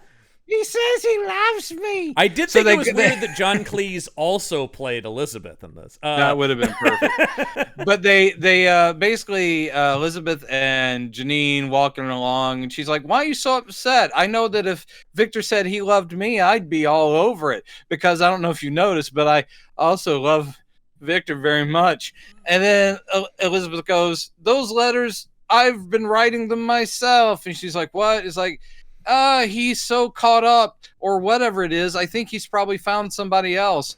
And Janine's like, "I can't believe that for a second, but I do know that if I loved Victor and he wasn't responding, I would run to him immediately." Mm-hmm. So this is why Elizabeth is going to come and see Victor in Ingolstadt. And he's like, "Hey, great to see you, but oh man, this is literally from, even Universal Frankenstein did this. The whole thing of Henry, the best friend, and the fiance show up really right on the day he's about to bring life to the creature, and him going, "Close the door. I can't be with you. Can't see you. Yeah. Much too busy. Very busy masturbating. So busy. Please leave me alone." So busy. No time for super hot Helena Bonham Carter. Can't. Although Kenneth Branagh had time. But he certainly did. Good Lord. Yeah. Man, to be 1994 Kenneth Branagh and juggling Emma Thompson and Helena Bonham Carter. Good Lord. It is a morally not gray, a morally black situation. Yep. But still enviable. Yeah, good Lord. Yeah. I'm sorry. I mean, there are some people that I look at their dating lives and I go, I hate you. I hate you. Yeah. Because, my God. But it is kind of like, I don't know, man. I don't think you cheat on Emma Thompson. It just seems like that. No, that's what I'm saying. In looks, personality, everything, that woman is. I mean, my God, what a charming, lovely woman. Yeah, agreed. And I think most of the world was in Emma's corner. She was the cheated on. But yes, I think as charming and beautiful as Helena Bonham Carter is, I mean, most people are sitting there going, "But Emma, what's your problem, you idiot?" Yeah.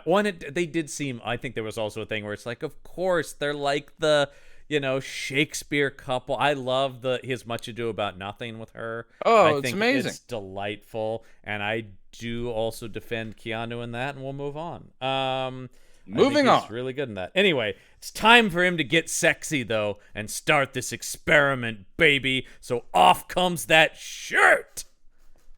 And talk about, I mean, this is the other fucking whiplash. This is the other thing that sticks out in my head: the eels and this scene of him amongst the chains and seeing this as a kid. You gotta also, I mean, I guess also there's always the thing that when we're talking about these 90s movies, I am seeing these as a kid as new movies.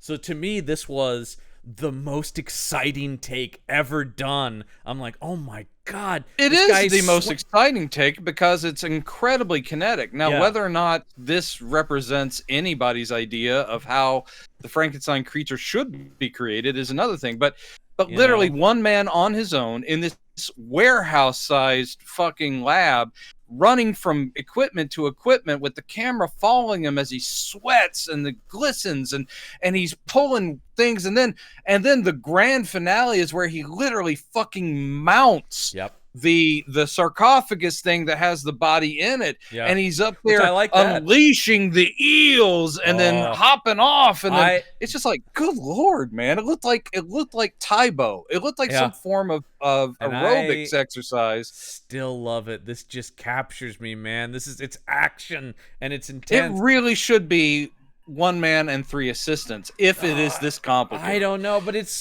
is so exciting to see. I'm over here, I'm over there, I'm swinging on chains, and and you're just going like, my God, he's got to take the shirt off because he's pouring sweat.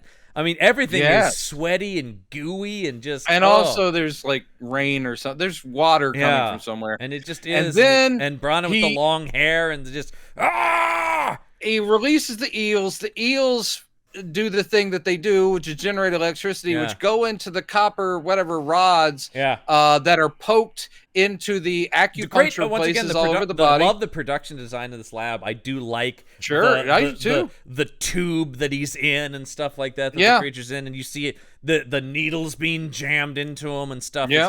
And so they're all juiced up. And not only is he, as you talk about, has he mounted the thing, but he's screaming, "Live!" Yeah, he's pounding on the top of it, "Live!" And we see the creature thrash a little. His eye opens, but then and Frankenstein's go, "Yeah," but then it's all over. Yeah, nothing's moving. You always have to have this moment, man. You have to have the moment of like, "Oh, I failed." He gets off. He's like, "God, my life sucks." It's always interesting what we see across every adaptation, and this scene is in every single one of them, man. They can't. Yep. It's just I guess inherent drama. And then the creature bangs the hand bangs against the glass porthole in the sarcophagus, and that's where we get it's alive. It's alive. It's alive. Yeah. But he never gets to full Colin Clive, which is a good note. It's more just like good. It's this quiet excitement of it's alive. It's like I've done it. Yeah, it's good. It's really good. And then he opens the thing up and uses the chains to hoist our boy out of the amniotic fluid. Yeah. But on his way up, I guess he overdid those chains because he sends that creature on quite a ride and gets his head bonked. Is that why he's all messed up? Unclear, maybe. I mean, although I think the experiment later will indicate there may be inherent troubles here. Sure. But anyway, the creature then just hangs lifeless, and again we get the beat of, I fucked up. He was alive for 2 seconds, and now he's dead. This is my favorite. Every one of these Frankensteins is like, fuck it, the whole thing, man. Because he goes, I gotta destroy this lab. I gotta burn these journals. Jesus Christ, what have I done? Oh my God. Well, it's also down. It's not because he failed. It's upon looking at his gross creature hanging from the rails that he just goes, ladies or gentlemen, De Niro going full hog here. But not the most flattering shot of looking up at a nude man.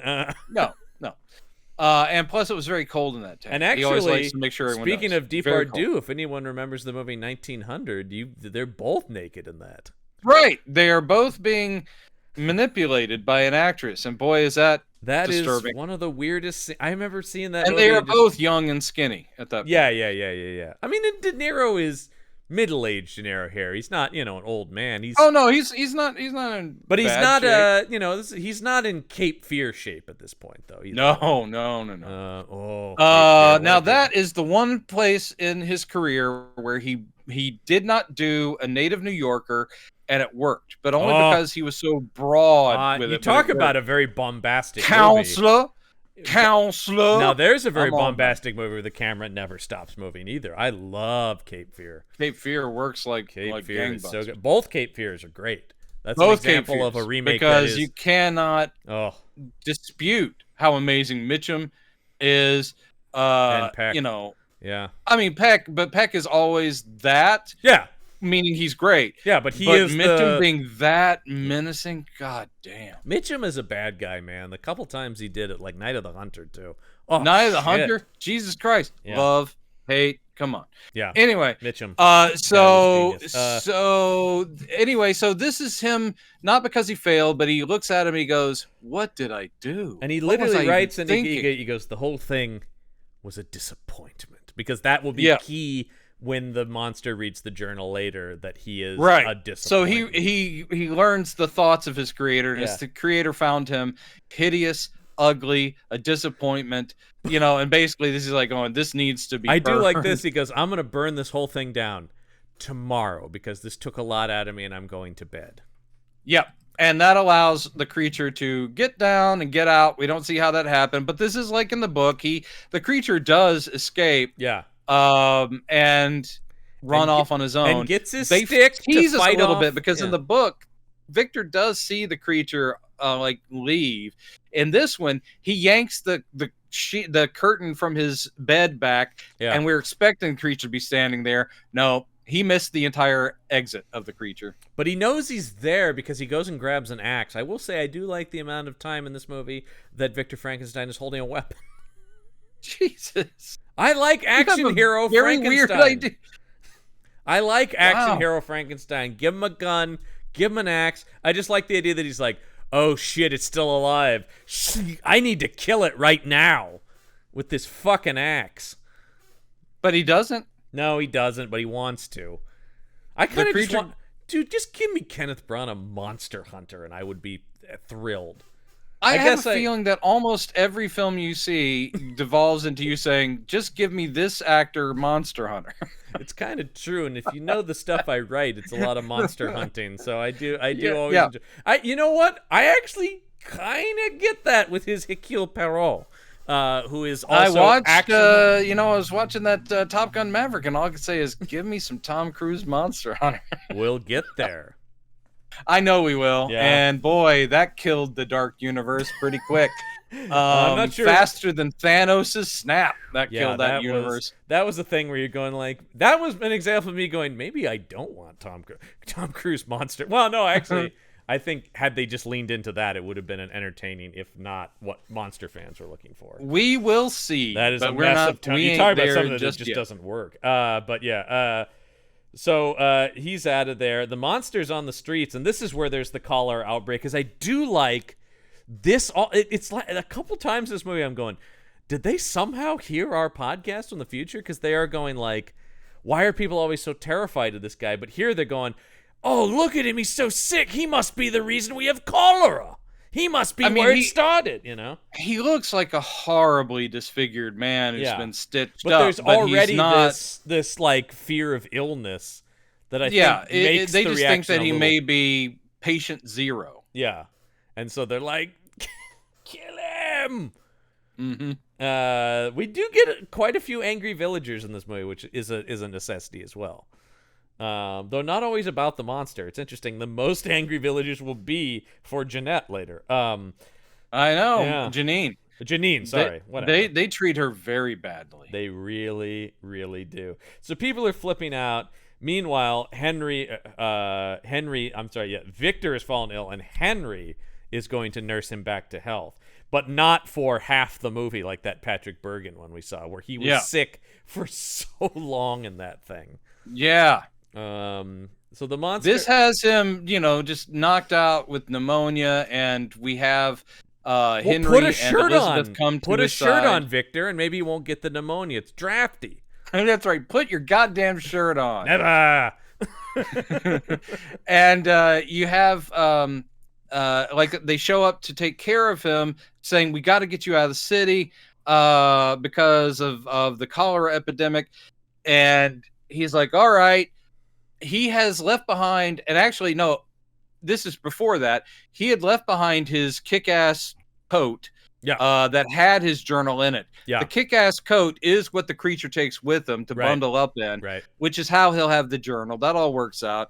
And the creature is on a piteous, journey that the creature always does. He escapes from angry villagers by jumping on one of the dead carts and pretending to be one of the corpses. That's pretty good. One of the scholars loved that and think is, oh, when he jumps on that was amazing. Yeah, I mean it is, and symbolically awesome. He throws Yeah. himself in with the dead to escape. Yeah. And it's a typical thing. He's going to be in the woods. He's going to hear a flute. We know where that's going. Mhm. But anyway, so and then Victor is taken back to Geneva by those who love him. And in classic fashion of all these, he's just gonna put the whole thing behind him. That's exactly the thing. He's They're gonna like, you know open what? up a medical practice with Henry. He's gonna marry Elizabeth, and it's Everything's almost like going to be great. He's hanging out whole with his thing- kid brother. Willie loves him. Everybody's happy. It's just like and we wait for it's. I always think of Shaun of the Dead, and we wait for the whole thing to blow over. Yeah, absolutely. I need to go back and rewatch the entire trilogy of Peg and Frost films. The Blood and Ice Cream trilogy is masterful. Really, It is. all three of those movies are fantastic. The third is my least favorite, but even that is just got some great stuff in it. Hot Fuzz is a genius. I piece think of that work. is my favorite of the three. Oh, Hot Fuzz anyway. is amazing. Got distracted. Yeah. Anyway, it's just like Edgar Wright. Oh, Edgar Wright making a Frankenstein movie. Oh, the one Yeah. person who they did also approach for this, who I would be maybe most fascinated to see. They wanted Polanski to direct this.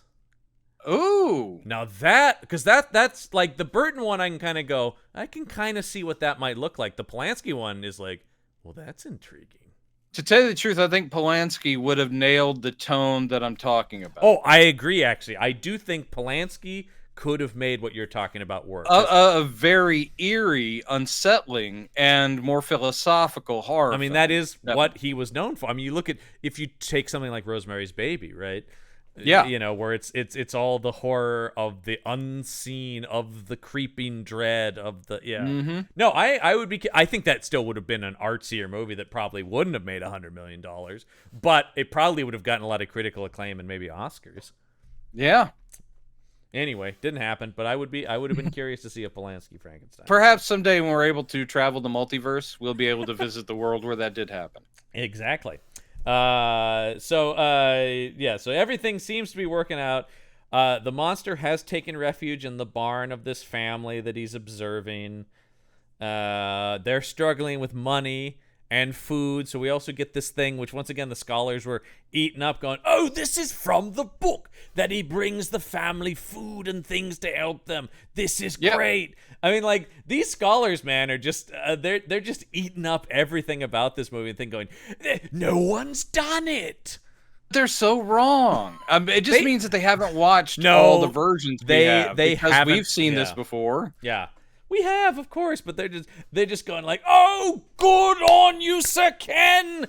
I mean, this is the whole thing, including the whole good spirit of the forest thing, and him learning just by essentially stalking this family and watching them have dinner and teaching the child. And he's like, friend. And this is where I do think the vocal stuff De Niro's doing is, like you said, he studies stroke patients. He is bringing a little of that Karloff. I think he succeeds in doing something that's very hard to do, which is not doing the, like, me Frankenstein, you know. He does manage to do it in a compelling way with echoes of Karloff, but not just doing, I'm doing fire bat, you know. This Frankenstein's creature does not find that fire is bad. No. He uses fire a couple of times. However, that a thing from the book, his though, bride definitely believes that fire is bad. Oh, we'll talk about that because that's one of my favorite parts of this movie. But it's really good. Yeah. And it's also one of the things that is directly attributed to Kenneth Branagh. In terms of what he added to the script. And it's like, nice. Once again, I think Branagh and I do share some love of grandiose kind of action and violence. I like grandiose as long as it fits the thing. Yeah, well, you know. I love an operatic film if it fits the thing. Yeah, he's doing that. And one of the scholars goes, though it's quite preposterous that this monster could somehow learn all of English just from listening to it. And you're just going like, well, number one, he's got a human brain already, so I also look at it as more unlocking what may have already been there, as opposed to And also, it's a fucking thing about a monster that's made out of dead people. So, in terms of that, that's not that hard of a buy for Are me. you getting catty? Sounds like It is just kind of like, I'm just going like, it's that he was doing that nerd chuckle. He's like, it's pretty silly if you actually think about, you're going like, oh my God. A man in a cape who can fly. It's a little wild. And you're going like, yeah, okay, sure, buddy. It's that kind of thing. I would just go like, dude, you're willing to accept so much. And then you're just like, but he learns to talk. I don't know. So we get all this stuff, which I do think is handled well. And I am looking at this in the lexicon, of course, of all these adaptations we've seen. And I'm just going like, well, this is a better version of him, with the family than some of the other ones, most of which of those, we've just seen so many bad TV ones. I think there's a part of it just likes the polish of this movie. It's just going like, oh, look, money on screen. I do love the quote. I don't know if you saw the quote when this came out. They asked Christopher Lee about it. They said, well, what makes, what makes this one different than the ones you made back at Hammer? He goes, 40 years and $40 million. Yeah. I mean, he's not far Technology wrong. is advanced and they have way more money. So he's just, and I don't know how he said it, but I like to imagine just a tone with, what do you fucking think? Like, come on. Yeah. Of course we would have made something that looked like this if we could have. But it is just, I like the handsome nature of this production, which is nice to see, having just seen so many cheap versions of this. Yeah, absolutely. I mean, anytime they want to put money into it, I know, and I think that's one of the reasons I like this little era that we have here, this brief era of the 90s, where there was sort of a thing, it was like, ooh, we're making monster movies with big budgets and big stars, and and even if not all of them worked, there was something about like, I don't know, it does feel like now the whole attitude is still to spend less on horror always. Yeah. And sometimes that works, but I think when you're making big period piece monster movies, I want to see. Well, everything is cyclical, or cyclical. Sorry, where for a while, if it seems to be the new thing, they're going to throw money at it, and we will have another resurgence, possibly, of classic monsters. But for a while we had kaiju, and we still kind of have that. I mean, those are getting big budget, huge studio releases with things like the Godzilla and Kong. I can't fathom, because those keep not making money, but by God, they keep chugging them out there. Or they make really? Are they not doing well? They're doing like okay. I mean, I know that Pacific Rim did not do what they hoped it would. Which is it's a bummer, had sequels, but they're all like direct to streaming or whatever. No, Uprising came out in theaters, and I actually really like Pacific Rim Uprising. But no, I like Pacific Rim. I never saw Uprising though, but I mean, that stuff is fun, but it is just sort of like, maybe it's westerns today. Maybe it's this today. The new attitude right now is they're bringing back the Universal Monsters, but as like $10 million Blumhouse movies, thanks to The Invisible Man, which was great. But I don't know that everything needs to have that low stakes kind of thing. That was a cool idea, but now we're getting, Blumhouse Wolfman, which I'm excited. I mean, Gosling is the Wolfman. I'm on board. That sounds cool. Anyway. I'm down for that. Anyway, this is all going fine until here comes the guy collecting for the rent, and he's not being too happy about it. It is really bad timing. This is where efficiency and storytelling, you're like, oh, I don't really, this all happens at once, because essentially the bad guy finds like the little girl of the family and says, where's your dad? He owes me rent. I do like that. She runs in, she goes, are you the spirit of the force? He goes, not quite. That's actually a really good cut. Again, I noticed the direction there, because she's looking up at somebody, we don't know who, and going, are you the, and we think it's going to be the creature. Nope, it's this guy going, not quite. Yeah. And that's pretty funny. But so he goes, I'm going to go get your dad's rent. And so he goes towards the cabin, allowing the little girl to run to where her parents really are, going, there's a mean man at the cabin. And so meanwhile, the mean man has gone into the blind grandfather saying, where's the goddamn rent? And he's like, oh no, please don't hurt me. This guy's not great. He's roughing up an old blind dude.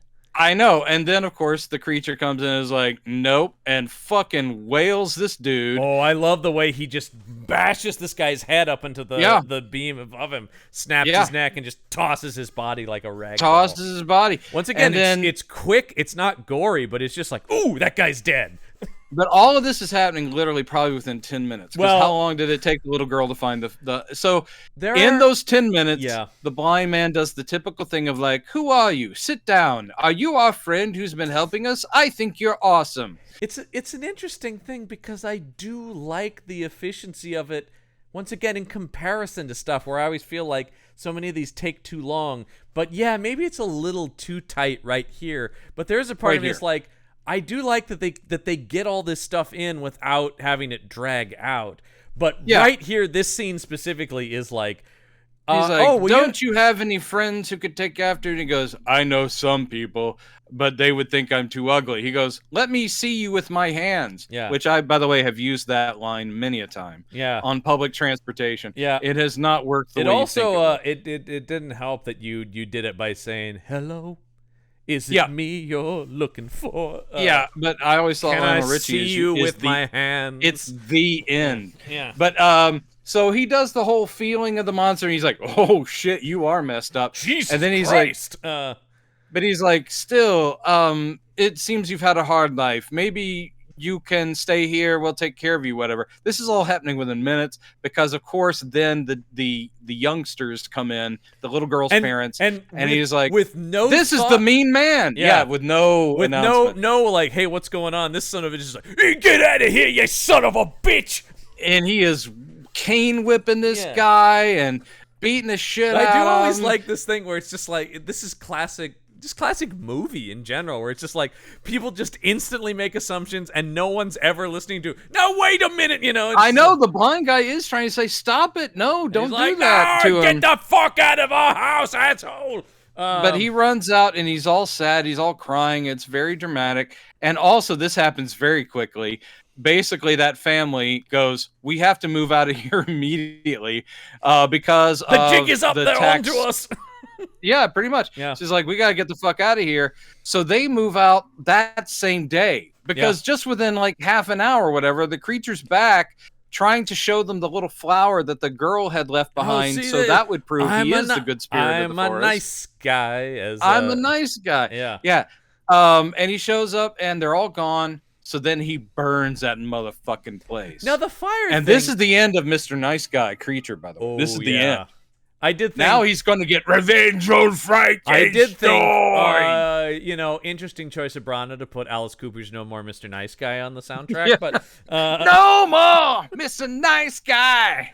And actually, really weird choice to have De Niro sing it in, again, diegetically in the movie, man. No this more, movie made some big swings. Mr. Nice Guy. No more. Mr.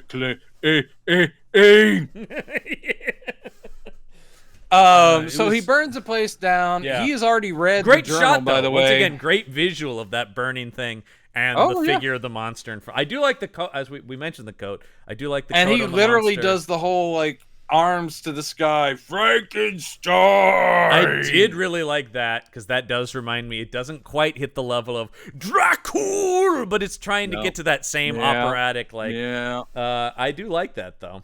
So basically, it means he like lost the only nice people, and then it cuts to he lost the only nice people. But I was gonna say, then it cuts to one of my favorite shots, which is him trudging through the snow, and it's that big wide great. Shot. You know what would have made that shot even better? A guy who was like a foot or two tall. All right.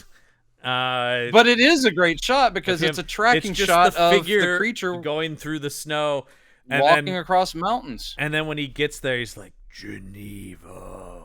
Yeah. How does he know? Does he have a map? Yeah, anyway. That's always one of those things that we're all just... I mean, that's, once again, that's not unique to this. That's all the adaptations. He walked to Geneva, ladies and gentlemen. And but anyway. Where was he? He was in Ingolstadt and then... in the somewhere in between, I guess. So I don't know, but I do like he's when walking across the Alps. This is another thing that the once again the scholars were so on about. They're going, Branagh really gets that it's a hunt between these two men. That's what it is, and just going like, once again, I'm going like, well, what? Not the only version that does it, but yes, I do like that. It does. I mean, I like that too, but yeah, giving this guy praise as being the only one who ever did. Well, they are on the they are being paid to be on the disc about the movie, so they are just going like, another brilliant choice by Branagh, Well, I think again, they probably never had reason, because they're not Frankenstein scholars or Gothic literature Right. professors who know Frankenstein. But they would not have slavishly watched every version of Frankenstein. What I do like is they all look exactly like what you imagine they look like, and all of them, because they're filming them in their homes, all their homes look like what you imagine they would look like too. It's all like antique wood and dark stuff around them. And they only dress in tweed. Pretty much, yeah. I can't. One of them's got like a Frankenstein T-shirt on, but it's got a quote from the book and like a silhouette. It's not a movie Frankenstein. We all like the book. But they do talk. Well, one of the guys does say, I think, kind of to my point earlier about Truly Adaptable. They go, it's a great story with a lot of great ideas, but they go, ooh, that Shelley dialogue though. Wow. I mean, I think in terms of, it is very purple, right? It is sort of like, it is. Oh, sure. In absolutely. terms of, when you bring because you do think about even the lines that do make it into the thing, it's where it's like, and I will be with you on your wedding night. You're just going like, that's a kind of clumsy way to phrase that from an actual dialogue standpoint. I kind of get what they're saying. Cut the 19-year-old woman a little slack. I think what I would say is, in the book it reads great. Having actors say it is tough. Yeah, they're different mediums. I got you. Yeah, no, the book is great. The book is great. It's been a long time. We're not gonna fight. We're not gonna fight about it. It's been a long time since I've read it. So anyway, yeah. Okay, so pretty quickly we get to him and William.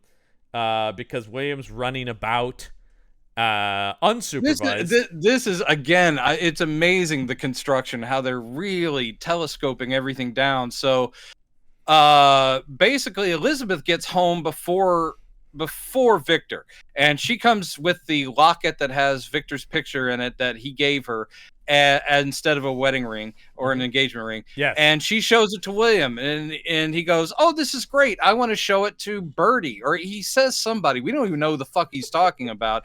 And then he's like, okay, Jerry's but coming remember, around. it's like, remember, it's not a toy. But that allows William to run off with the locket. Yep. He's going to run into the forest. He's going to see a guy playing a flute. Yep. And it's not a blind old man. Bum, bum, bum, bum, bum. It's the creature. And he sees the creature, and instead of like one of those innocent children from some of the other movies that they know he's a hurt man, but they're not afraid of him, no, William's like, whoa, what the fuck is this thing? I mean, and the creature just like, now I did see noted here in the IMDb trivia that the studio made Branagh delete the scene where we saw William get killed because they said it was too disturbing for an audience. And I am going, boo on you, studio. Give me the horror, man. This is a horror picture. It is sort of thing where it's like, you're the guys pushing for it to be more of a horror movie, and then you back off on this? Because I can't imagine I can't imagine it was super graphic, though. You know what I mean? Like, it was and he says he crushed his neck, so it just would have been a. I mean, even give me the creature grabbing him or something. It's he just looks at him, and then later we'll have his body. And I'm just going, I could have used just a little more. I'm not saying I want to see a kid get ripped in half, I'm not saying I don't want to see that either, though. But wow, you heard it here first. This will be used in court someday. But anyway, so essentially, then Victor shows up, and Victor shows up after everyone already has found out that William hasn't returned home. Where was Victor? I just think he was late in getting there. Yeah, I don't know, but it's just because he comes right in on a horse, and everybody goes, "Oh, we don't know where William is." Yeah, so he's like a couple hours later because everyone else has gone out looking for William. Yeah. Including Janine. Yep. And that scene is kind of weird. But anyway, so Victor gets in. He finds out from his dad that William is missing, and he's like, "Henry, come on, quick, we'll go look too." Yeah. So they ride off, and this is what happens. So the search goes on all fucking night. Yep. And poor Janine, I don't know why they're all split up too. Janine is a young woman out there in the fucking woods. Yeah, now we're going to lose some more people while we're at it. Also, she goes to like a barn, and you'd think that if there's a barn on the Frankenstein estate, wouldn't people have checked there already anyway? That would be the first place. Because it's a like an actual building. Yeah. Why would the kid not go there? Anyway, so she's on her own. You don't think he went to that old barn, do you? And she's like, "Oh, Willie, why can't we find you? Oh, I'm so very tired." Yeah, I just can't. I'm crazy tired. All of And this then, stuff needed to be reworked and once again, these are sins of the book that you're yeah, just like, guys, you should have fixed this she stuff. goes into the barn to lay down. The creature is standing over her. Lightning flashes. Of course, that's pretty dramatic. He kills her. He drops the locket on her, framing her. Holy Man, the creature is thinking this stuff through. Oh, that just reminded me what the scholar said when he was talking about the chase thing, and it leads to the kind of the framing thing. He goes, in some ways, you could say this was the original version of The Fugitive. Yeah, I'm also going, or Les Miserables too is also like there's but I just like the idea of it's just like what was another popular movie? Let's see. Stories about obsessed men tracking innocent men, or not innocent men, but obsessed people. I think that story might on the literally trail. be as old as time. Like as long as there's been society and law, that story has been told. It's like one of those things. Word. Yeah. Sheriff of Nottingham with Robin Hood. Yeah. But I will say this is now I'm starting to get into creature motivation where he's going like, yeah, this will frame her up nice. Yeah. That's a little. I don't know. That's a little much for me. He's crafty. Well, he is and he isn't. That's the thing that gets me is like, it's another thing, and I feel like I've said this about every adaptation. I just don't know how intelligent any of these creatures are, really. Yeah, it's kind of hard. It's to always pick. a thing where it's like they're either struggling with words or they're actively framing women for crimes. So then it cuts to back at Frankenstein Central. It's now pouring rain. Yep, still pouring rain, and Elizabeth does show up holding poor Willie. Great shot. Yeah, it is. And she's like, I found him. I was the one who found him. And she's weeping. He's dead. She lays him down on the ground. This is something they probably should have done 2 takes on, because this great crane shot, which is pulling up above, they're all going in towards little Willie's body on the ground. They're putting like a sheet over him and all this. And you can see the little kid moving his hands. And I'm like, the same thing. You're not dead yet. No, my initial thought, I go, Jesus, does the kid not die? Am I misremembering this? Are they doing something? I thought the same thing. But hey, man, you know who's on the phone? Branagh! No crane shot for you! Guy Caballero is going, Branagh, where'd you get that crane from? Guy Caballero totally offended that Kenneth Branagh overdid the budget to get a crane shot. Oh, you're not getting another take on that crane shot, Branagh. and here the whole thing is, of course it's tragic, but also the next day, literally, and I think.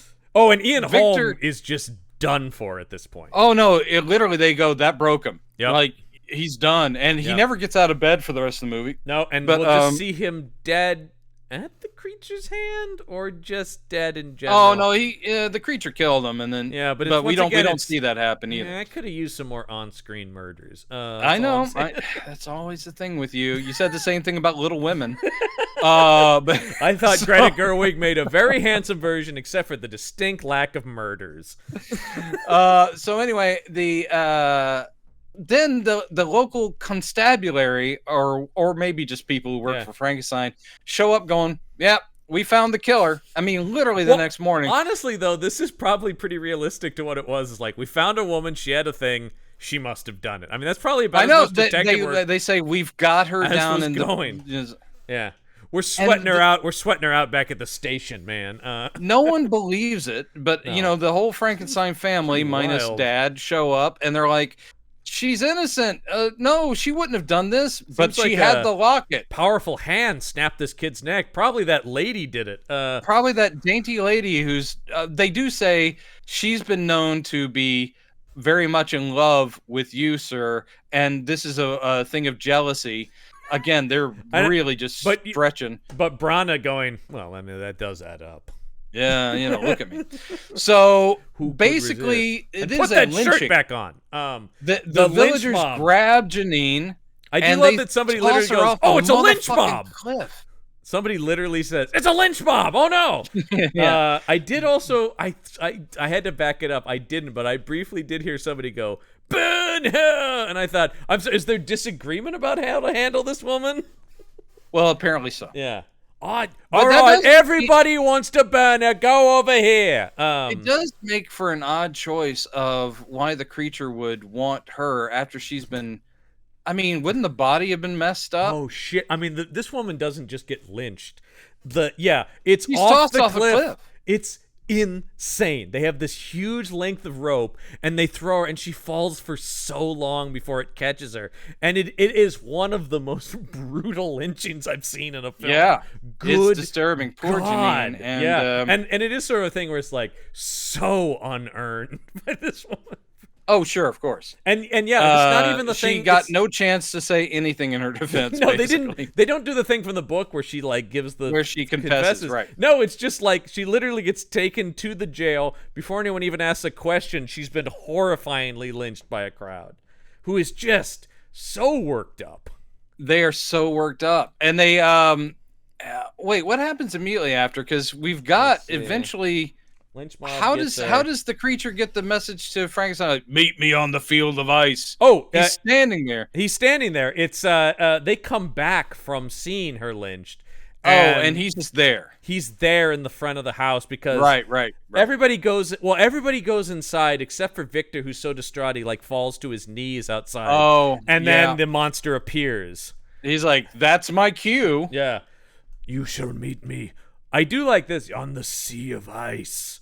Yeah, that's very cool and grand, and I do it love. is. He points at the Alps behind him, and basically this is only existing to get Victor doing his badassery mountain climbing. climbing. We see him, everybody's like, dude, do you really have to go do this? He's like, yeah, I'm gonna handle this, as he's loading up a rifle, and I'm in. I'm going like, oh, now we're talking.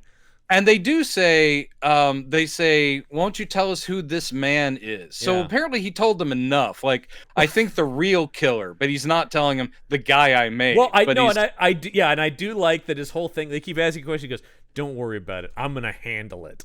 Yeah. Like, I'm going to go, do you won't, soon he'll be dead, and then you won't have to think about this at all, man. And he actually says, in a very modern way, he says, I'ma handle it. He just says, I'ma handle it. I'ma handle it. So then he goes to handle it, and that involves, action hero Victor Frankenstein scaling an ice wall.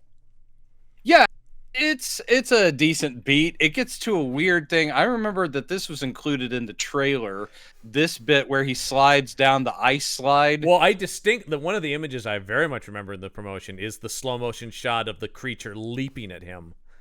That sets that up. Yeah, that was big. Where he does the spring at him thing. And of course, that's me as a kid going, I gotta see this. Good God. This summer. What's this? Yeah. What's this? A creature leaping through the air, But yeah. No, it's a good, again, another action thing where they're like going, no, trust us, this thing moves. It moves, baby. But that's the thing is, as much as we're talking about their condensing stuff, even in the place where it gets bombastic, it doesn't move as well as Dracula, though. It's a little clunkier. It is clunkier, and I think that has a lot to do with tone. If there's one thing I say is very consistent with Bram Stoker's Dracula, it does not dip out of a tone. No. It is solid all the way through.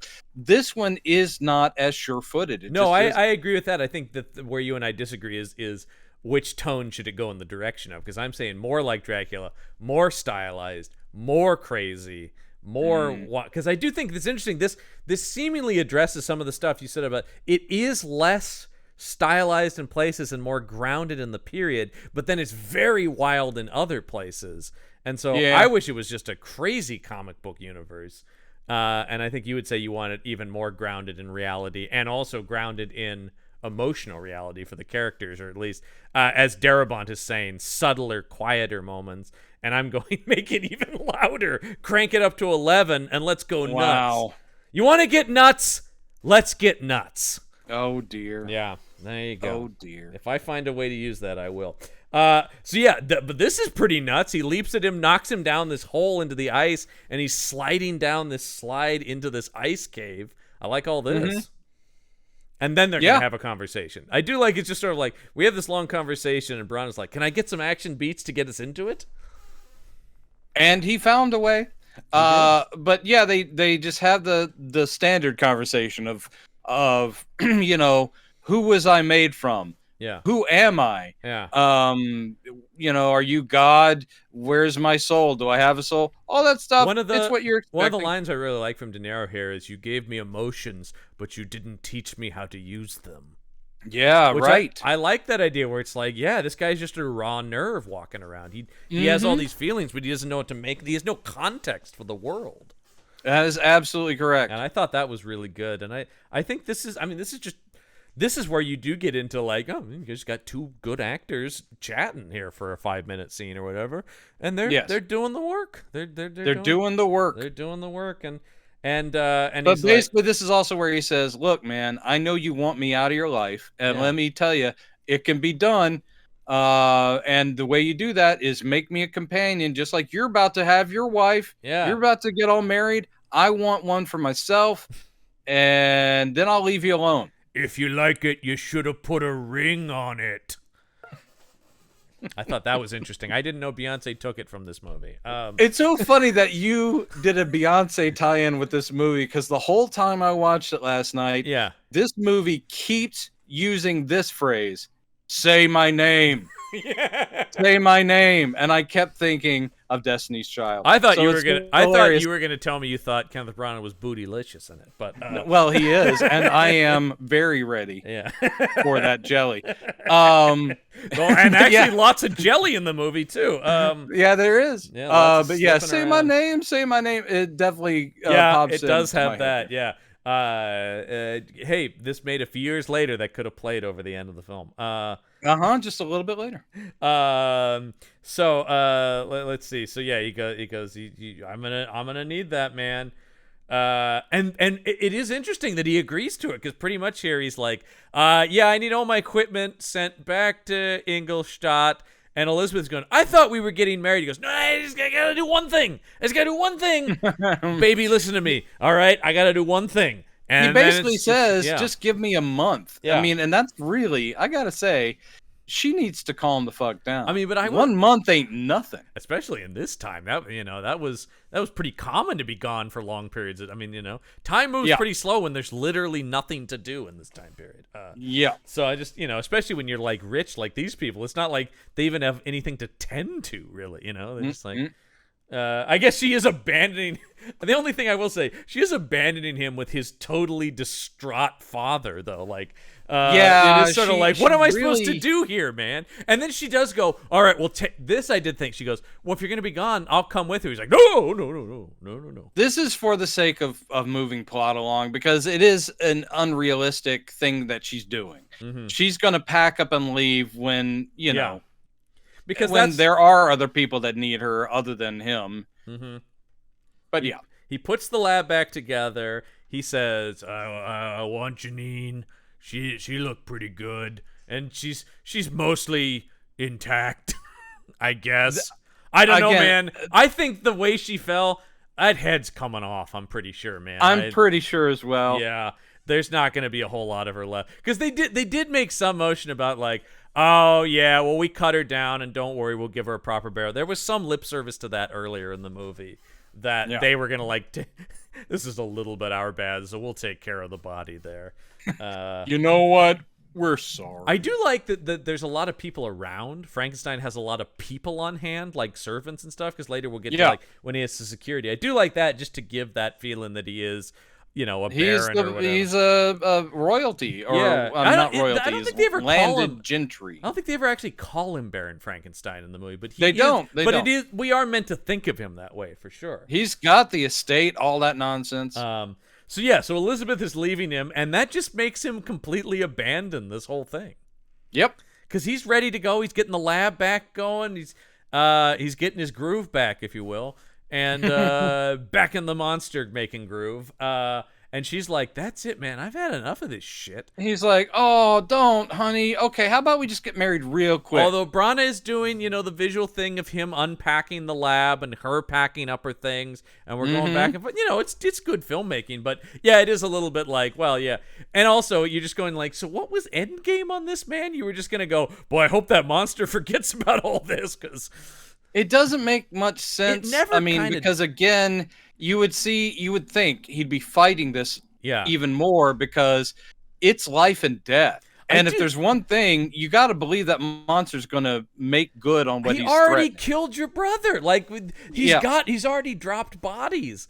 He's the other thing is also maybe it's time to tell Elizabeth about what you did. I mean, she's already going to leave you, so like what's the worst that could happen here? Yeah, he basically does say, I've done something so evil, so horrible that I'm afraid you'll think of me differently when you know it. And she goes, but we're in life together. Yeah. This is what marriage is, and I want to know everything, so we'll get through it, whatever it is, tell me it. And he's like, give me a month. And he's like, not this though. This is pretty bad. Yeah, not that this is pretty damn bad. Yeah, this is but basically bad, to keep her from going, and she says, why don't we just get married now? It'll be real fast.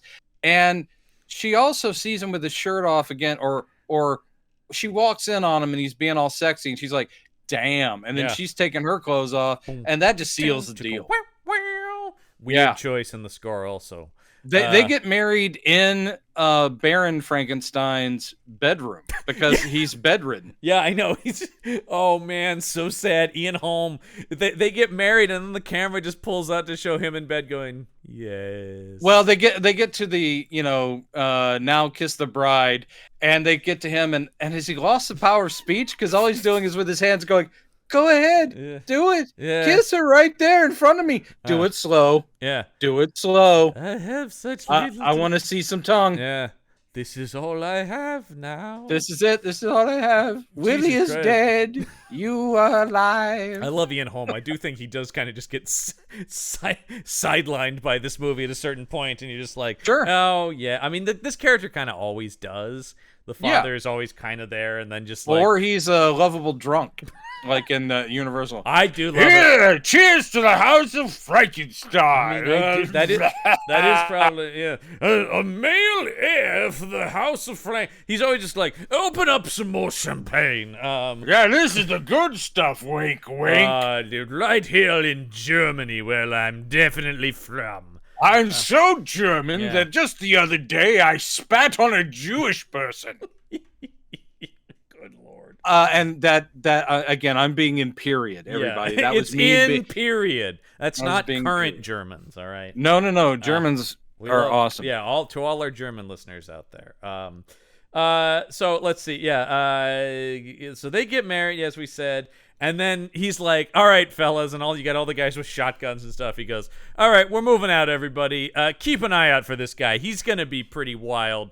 And they're like, everybody's doing. I mean, we know the story, but even if you didn't, everybody's doing when you've got random security guy being like, yeah, nothing will ever get by us. You hear me? You're totally 100% secure, guaranteed. They do yes, that is always a terrible sign. Yeah. But I do love the fact that Victor's just like, oh shit, I got married, and I guess let's call off the making of the lady and just immediately go to kill the guy because he's going to be here on my wedding night. Yeah, and actually, I mean that's not bad. I mean, but the other thing is, I do think in the other adaptations we've seen where he tries to make the thing and fails, and then that's where he gives up, makes a lot more sense character-wise, where it's like, dude, I tried to give you, but it didn't work. I don't know what to tell you. And then here he's just trying to get ahead of it, and he's got the men, but I love it. He's like, all right, you take there, you go out there, and you guys form a perimeter. And then he literally looks over his shoulder at the open window at Elizabeth's when he goes balcony. Well, because they're having sex in this spinning camera shot, and then there's a knock at the door, and they go, yeah, we think we spotted him. And then why is Victor's attitude like, yeah, let me run out of the room and I'm not going to leave a guy in here. I'm not going to stay in here and let other people handle this. You would never leave her alone. And then she's the target. She looks up into the skylight, and there he is, which is a pretty good scare shot. Yeah, but then it is like he teleports because he's at the skylight, but within a second, he's literally on top of her, putting his hand over her mouth. And this is also from the trailer. Yeah. Where he says, what does he say? I don't remember exactly. It's something like, do me a favor and don't scream. Or he says something. Yeah, it's something like, there's no reason to scream, or screaming won't do you any good, or something like that. Something like that. Well, and, whatever. Yeah, it's all fun. I mean, it all works for the most part. But it's just a little like, you idiot. Yeah, it is a little bit like You Idiot. Yeah, Absolutely. what are you doing, man? So yeah, he kills he fucking tears Elizabeth's heart out. I like that. Basically, Victor runs in because Yeah. he knows that the creature's there, Yeah. and he runs in just in time to see the creature just lightning fast reach Ooh. into Elizabeth's chest and pull her heart out, and he's just holding it. And of See, course, it's still beating. I uh, don't think they do that. I I'm don't sorry, I care. just It's don't think very they do. dramatic though. I like But it yeah, in the movie. he's like, "I told you." And from here, basically starting here, the movie is totally bonkers till the end. Like Yeah. it is just complete insanity. And I like this. Victor, they I mean, I do like everybody shooting at him and him leaping out the window. But I could have, once again, I could have used more, not specific heart ripping, but I could have seen more of this kind of strength and power from the creature in some of the other killings. I do like when he's he killed tossed people around a quite little a bit, but it's a lot of his killings are implied. You know, once again, I could. Oh, that's true. But like Yeah. here, you see, like Jesus Baron Christ. Frankenstein. He just we don't even see him kill him. He closes his eyes. Oh, I killed him. Yeah, There you go. Yeah, where was he ripping that guy apart? You have so many problems we need to talk about. But anyway, I don't know. so so that's all done, and then he escapes. The creature does. Yeah, and I said I like Victor's- that action hero shot kind of thing of him leaping out the window and all the bullets hitting the, you know. And Victor is cradling dead Elizabeth, and then pretty much it's just very artsy shots of him dragging Elizabeth out, her corpse out of the bedroom, up the stairs, into the lab. We've got Henry going, "Don't do this, man." He goes, "I have to have her, man. I have to have her back." He goes, "Not like this. It's over. You can't." And there is some good exchange between them when he talks about, like, "I can't live without her." He goes, "But you can live without your soul." Or something to that extent. We get into the classic Frankenstein stuff of like, dude, you're violating the very laws of, humanity. This is a very you may bring her back, but as what, Yeah, this is an original beat, as in the reason he goes through with this has nothing to do with the creature forcing him to or any of that. It is because he's trying to bring her back for himself. And this is new, and new. That's interesting, and it's good. And I really like this. Yeah, I think this is one of the strongest parts of the movie. This works. It's new, but it fits with the story. It does. It fits with what they've established and in this version. It turns the Elizabeth death into something else other than just a dead lady that, makes the guy sad. Right. So he now is basically in the lab. He's already got the lab we forgot set to up mention. Yeah. When Elizabeth dropped, when she got her heart ripped out and the creature drops her body, she lands on top of the lamp in the room. Yeah. Which is just an excuse for them to burn her head. Yeah. Which is why she won't be a pretty Helena Bonham Carter. Oh, ride. I like the design of the Elizabeth monster. Sure, too. it's great. It's very cool. But so when Victor drops to his knees to cradle the corpse, he also, of course, puts the fire out. But we see that a lot of her hair has been burned away in skin, and it's gross.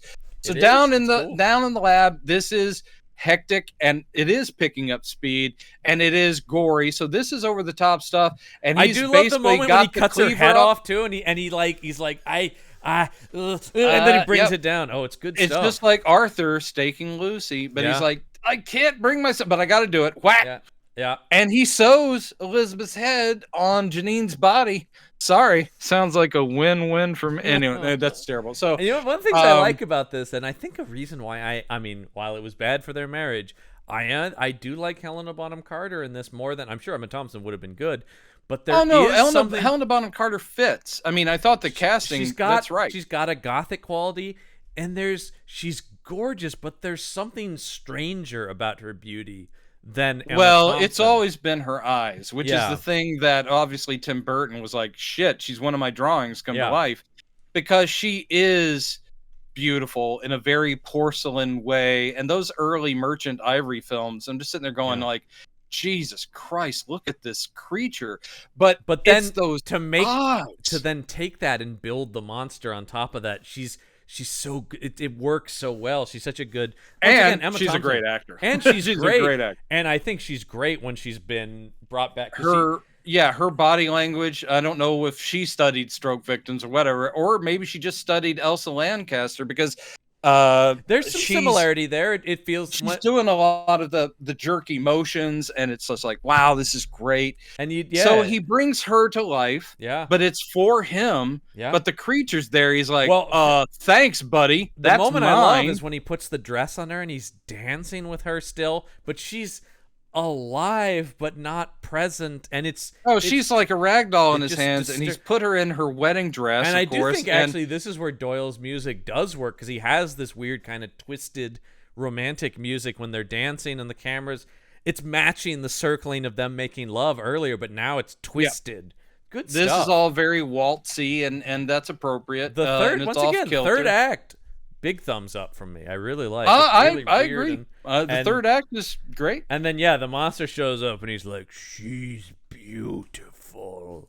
Yeah, and Love it. she's like me. She's beautiful. Thanks a lot. And He's like, no. yeah, Don't think so. back She's all the mine. fuck off. And this is where he's looking at her. One of her eyes is totally sealed over. Very cool. I mean, the makeup is on both these guys. Well, I always love well-deserved nomination for this. when they pay attention to the fact it's supposed to be different bodies stitched together. And in the case of her, it's only two bodies. We but, rarely see that. As we often complain about that in the makeup. But it's apparent with them, like they have different skin tones on his arms. Yeah. I'm like, great. Perfect. The two eyes are different. One has got the different eyebrow and all. I'm like, great. Aside from, you always got to put Universal #1 because it was iconography. This is probably my second favorite design for the creature, really, of all the ones we've seen, because a lot of them have been pretty shitty. I thought that maybe just because of the man's look, Clancy Brown and the Bride. Yes, Clancy is great, Brown but did a lot. It's just because the man himself. You didn't like, have to Jesus. do much. Oh man, actually, they could have brought Clancy Brown back for this. They could have. That would have been. Give him a shot at a better Frankenstein. This isn't that much longer. It's not like he would have aged out of the role by any means at this point. So, but he's not a name. No one was going to go. No, for that's Clancy it exactly. If Brown Gerard Depardieu was too obscure, then Clancy Brown is. Clancy Brown's one of those guys where I'm always like, yeah, he's like a genre guy. I get it. We love him. Nerds love him. He's the Kurgan, Nerds love him. Well, that's how he always is introduced. Nerds love him. Moms disapprove, unfortunately. But so this is good, and it is all about. And we get this. This is where Victor is doing the say my name. He's trying to get to the intelligent part of her, like say my name. You know who I am. And then he's looking at him like almost like a dog, where they're both like, "Over here, girl, come to me." That's exactly it. Yeah. Like he's like going, and she's fascinated by the creature, which doesn't make much sense because even if there's just a cloudy version of Elizabeth's brain, why would she be drawn to this creature at all? Except for, hey, we were both shocked to life by electric eels. Well, also he literally stole her heart, Brendan. That's true. So she goes to the creature and he kind of hugs her, and she's looking at him like, yeah, this is pretty cool. And then they're literally in a tug of war over here of her at a certain point. But she puts her hand up to his face, studying him, and that's when she sees her own stitched wrist. I don't know why the hand was replaced, to tell you the truth, but maybe Janine's was injured. I like the idea that he's always just like, we could do a better hand though. Yeah. So she sees her own stitch. Might as well do a little work if you're building your wife. Then she realizes she's as messed up, but then Victor pulls her over and he's like, say my name. And she goes, Victor. And he's like, yes. And he's really like, fuck you, monster. She said the name. She's all mine, baby. She's all mine. I can't wait to be with this. And this is so twisted and awesome. And so the tone I do want out of a Frankenstein movie, where you're just going like, oh God, it's so morbid and messed up. Like, yeah, but at this point, she will have neither because she realizes that she is an abomination. This is amazing. This is incredible. I love this effect, this idea. When she grabs this oil lantern, she puts it above her head. Yeah. And then she just smashes it with her two hands. Again, her strength's probably pretty good too. And that burning oil goes all over her, turns her into the fucking Human Torch. I love it. Then she runs through the place, setting everything on fire. Yeah. And I got to say, too, it works still. It's a very good scene, but watching it, you do realize, oh, you can see those fires igniting before she gets to the spots. Yeah. I was just like, oh no, it's still so good. But as she's running, you watch like the wall burst into flame before she even got there. I'm like, oh no. But she runs through the halls, and then she gets to the precipice of the castle. She just tosses herself off. Yep. A flaming lady. Yeah. She's dead.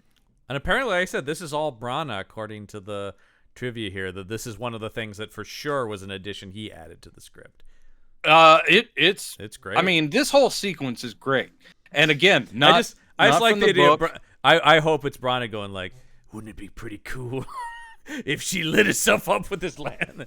Also, in the trivia here, it does say it is unclear what happens to Clerval, because there was a deleted scene where he escaped from the fiery house. There was something that confirmed he's alive, and it got cut. And I do go, man, we couldn't have had just like a single shot, because it's like some people assumed he died in the fire, but there's also nothing that indicates that, because I don't really know where he is after he talks to Victor. Yeah, well, my brain assumed, I mean, I did realize we don't see him again, but my brain assumed he's sitting there on the stairs while the female is being made. Yeah. And he's like, no. My brain just assumed he would have left. I mean, it's just sort of like, I can't be with Victor. Maybe when there he's should have doing been a this shot horrible of thing. that, too, because he does just kind of disappear.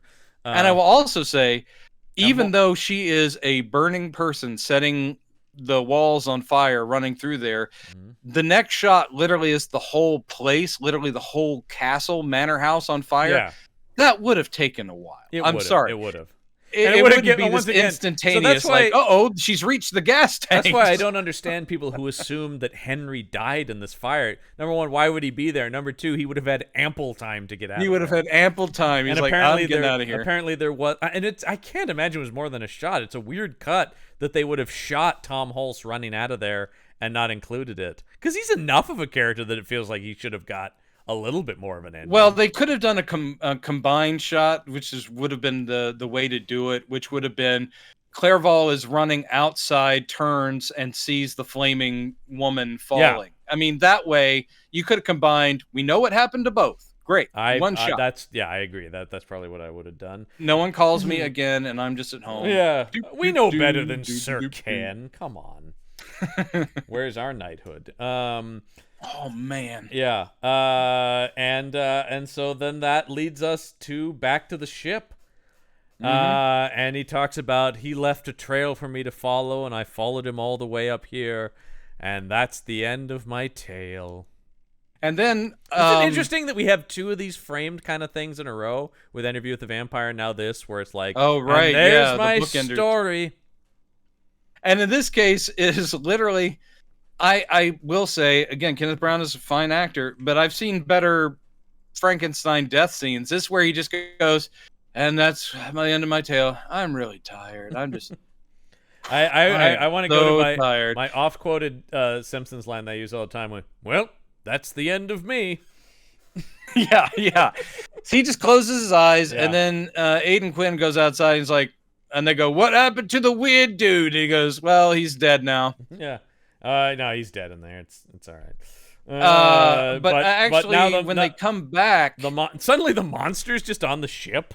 The monster's on the ship, sitting right next to Victor, and he's crying. I think De Niro's really good here. I really like the thing, and they're like, well, he's a great actor. And his whole thing, and he's like, he was my father. Yeah, Aidan Quinn goes, excuse me if this is out of turn, creature who I've heard a story about. He goes, I do like how fast this is. He went outside, said the guy's dead, and he told me this absolutely insane story. Couldn't have happened in a million years. Yeah. Then he walks into that cabin. He goes, "Oh shit! I guess it was real." Yeah, there never mind. Okay, well, it was anyway. all true. There he is. Weird thing. And but no, he says, "Why are you crying?" And he says, "He was my father." I like that beat. Okay. I like when it turns back to what it really is, which is this is a very tragic tale, of course. Yeah. And then they load Frankenstein on a beer using his sled, and they douse it with gasoline, and they put him on an ice flow, and they give the torch to the monster. Yeah. And just as this is happening, the ice breaks apart. The ship is freed, but stuff's sailing away. The monster's in the water, and Aidan Quinn goes to reach for him. And I do like this is where he goes, "No, I am done with man." Yeah, he goes, you could join us. I don't know why he would do that, because even though he saw this guy crying for Frankenstein, everything he's heard about this creature, but he goes, you could join us. He goes, no. Maybe he's just like, dude, that would be a strong deckhand. I'm telling you right absolutely. Now. But the monster says no, and he gets on the ice floe, and then that rhymed, by the way. Yeah. Then he sets fire to the beer, and he's literally standing right there. So both he and his master, his creator. This. I do. And this just speaks to my own sensibilities as a filmmaker, though. The close-up shot, and the music is blaring when the fire goes up, and we see it engulf the body of Frankenstein, and the monster grabs it, and the flames come up over his face. I thought, that's Black Frankenstein right there, man. Instead, we get we have to do Aidan Quinn going, yes, I see. Well, that's when, because Frankenstein already made his point about, dude, your pride and your ambition you're losing your soul and your humanity. So this basically, after this is when they go course. Frankenstein's is burned. It like course captain or whatever? He's like, head home. Yeah, he goes, where are we headed, sir? And he goes, home, instead of north, instead of like, let's keep going. But I he just says thought home. like it's once again you go like, oh right, I guess there's like a arc to tell with Aidan Quinn, but I just thought like, well, he has to get back to civilization to tell the story. Ending on because I'm just going like, but the story is really about the monsters created, so ending on them burning together would have been more where I would have taken it. Well, I think you could have basically just through editing had the whole home thing, the ship pull away, and then cut back to the creature and Victor. And then of course Alice Cooper's back with "Feed My Frankenstein." Exactly. Feed him my. This same ending, and it goes to black, and that starts playing. I'm telling you, there probably would have been an exec at Warner Brothers that was pushing for it. I mean, not Warner Brothers. This is what Columbia TriStar. And there's just one executive going, yeah. It's like, dude, Wayne's World brought that song back. Yeah, we can put that in here. It did. I do love Alice Cooper, actually, but I love Alice Cooper in a way. If you like rock music and monster movies, you have to have some appreciation for the guy. Exactly. So that's the end of the movie. And here's a good question. I'm curious. Do you recommend Mary Shelley's Frankenstein? Oh, I do. Yeah. This is one of those things where when I say this has problems, and I think there's some serious miscasting, and that's my opinion and all this thing. But is this a good movie? Yeah. Okay. Yeah. Exactly. I think we're on the same boat there. I also agree that we have. Yeah. No, I don't think anyone can say this totally works. Compared to some of the shit we have seen, it's still in this particular story. It's still in the upper tier of Frankenstein movies without question. It's so very close to being definitive. So really there's It doesn't, like I said, it doesn't work as well as Bram Stoker's Dracula, which I think is great. And it's got its problems. It's a little clunky, but I think, like I said, I think the highs are high enough that you need to check this out. And it is really well made and acted. Even if people are miscast, the acting is good. It's De Niro going for it. So, that kind of thing. Yes. Where it's so I think I totally agree. It's well worth watching. The question will be next week. Will we recommend that people watch Bloodlust Subspecies 3? God. The Return of Radu. I will say that this is nice that we're getting it kind of out of the way, because isn't the fourth one the one they're working on now?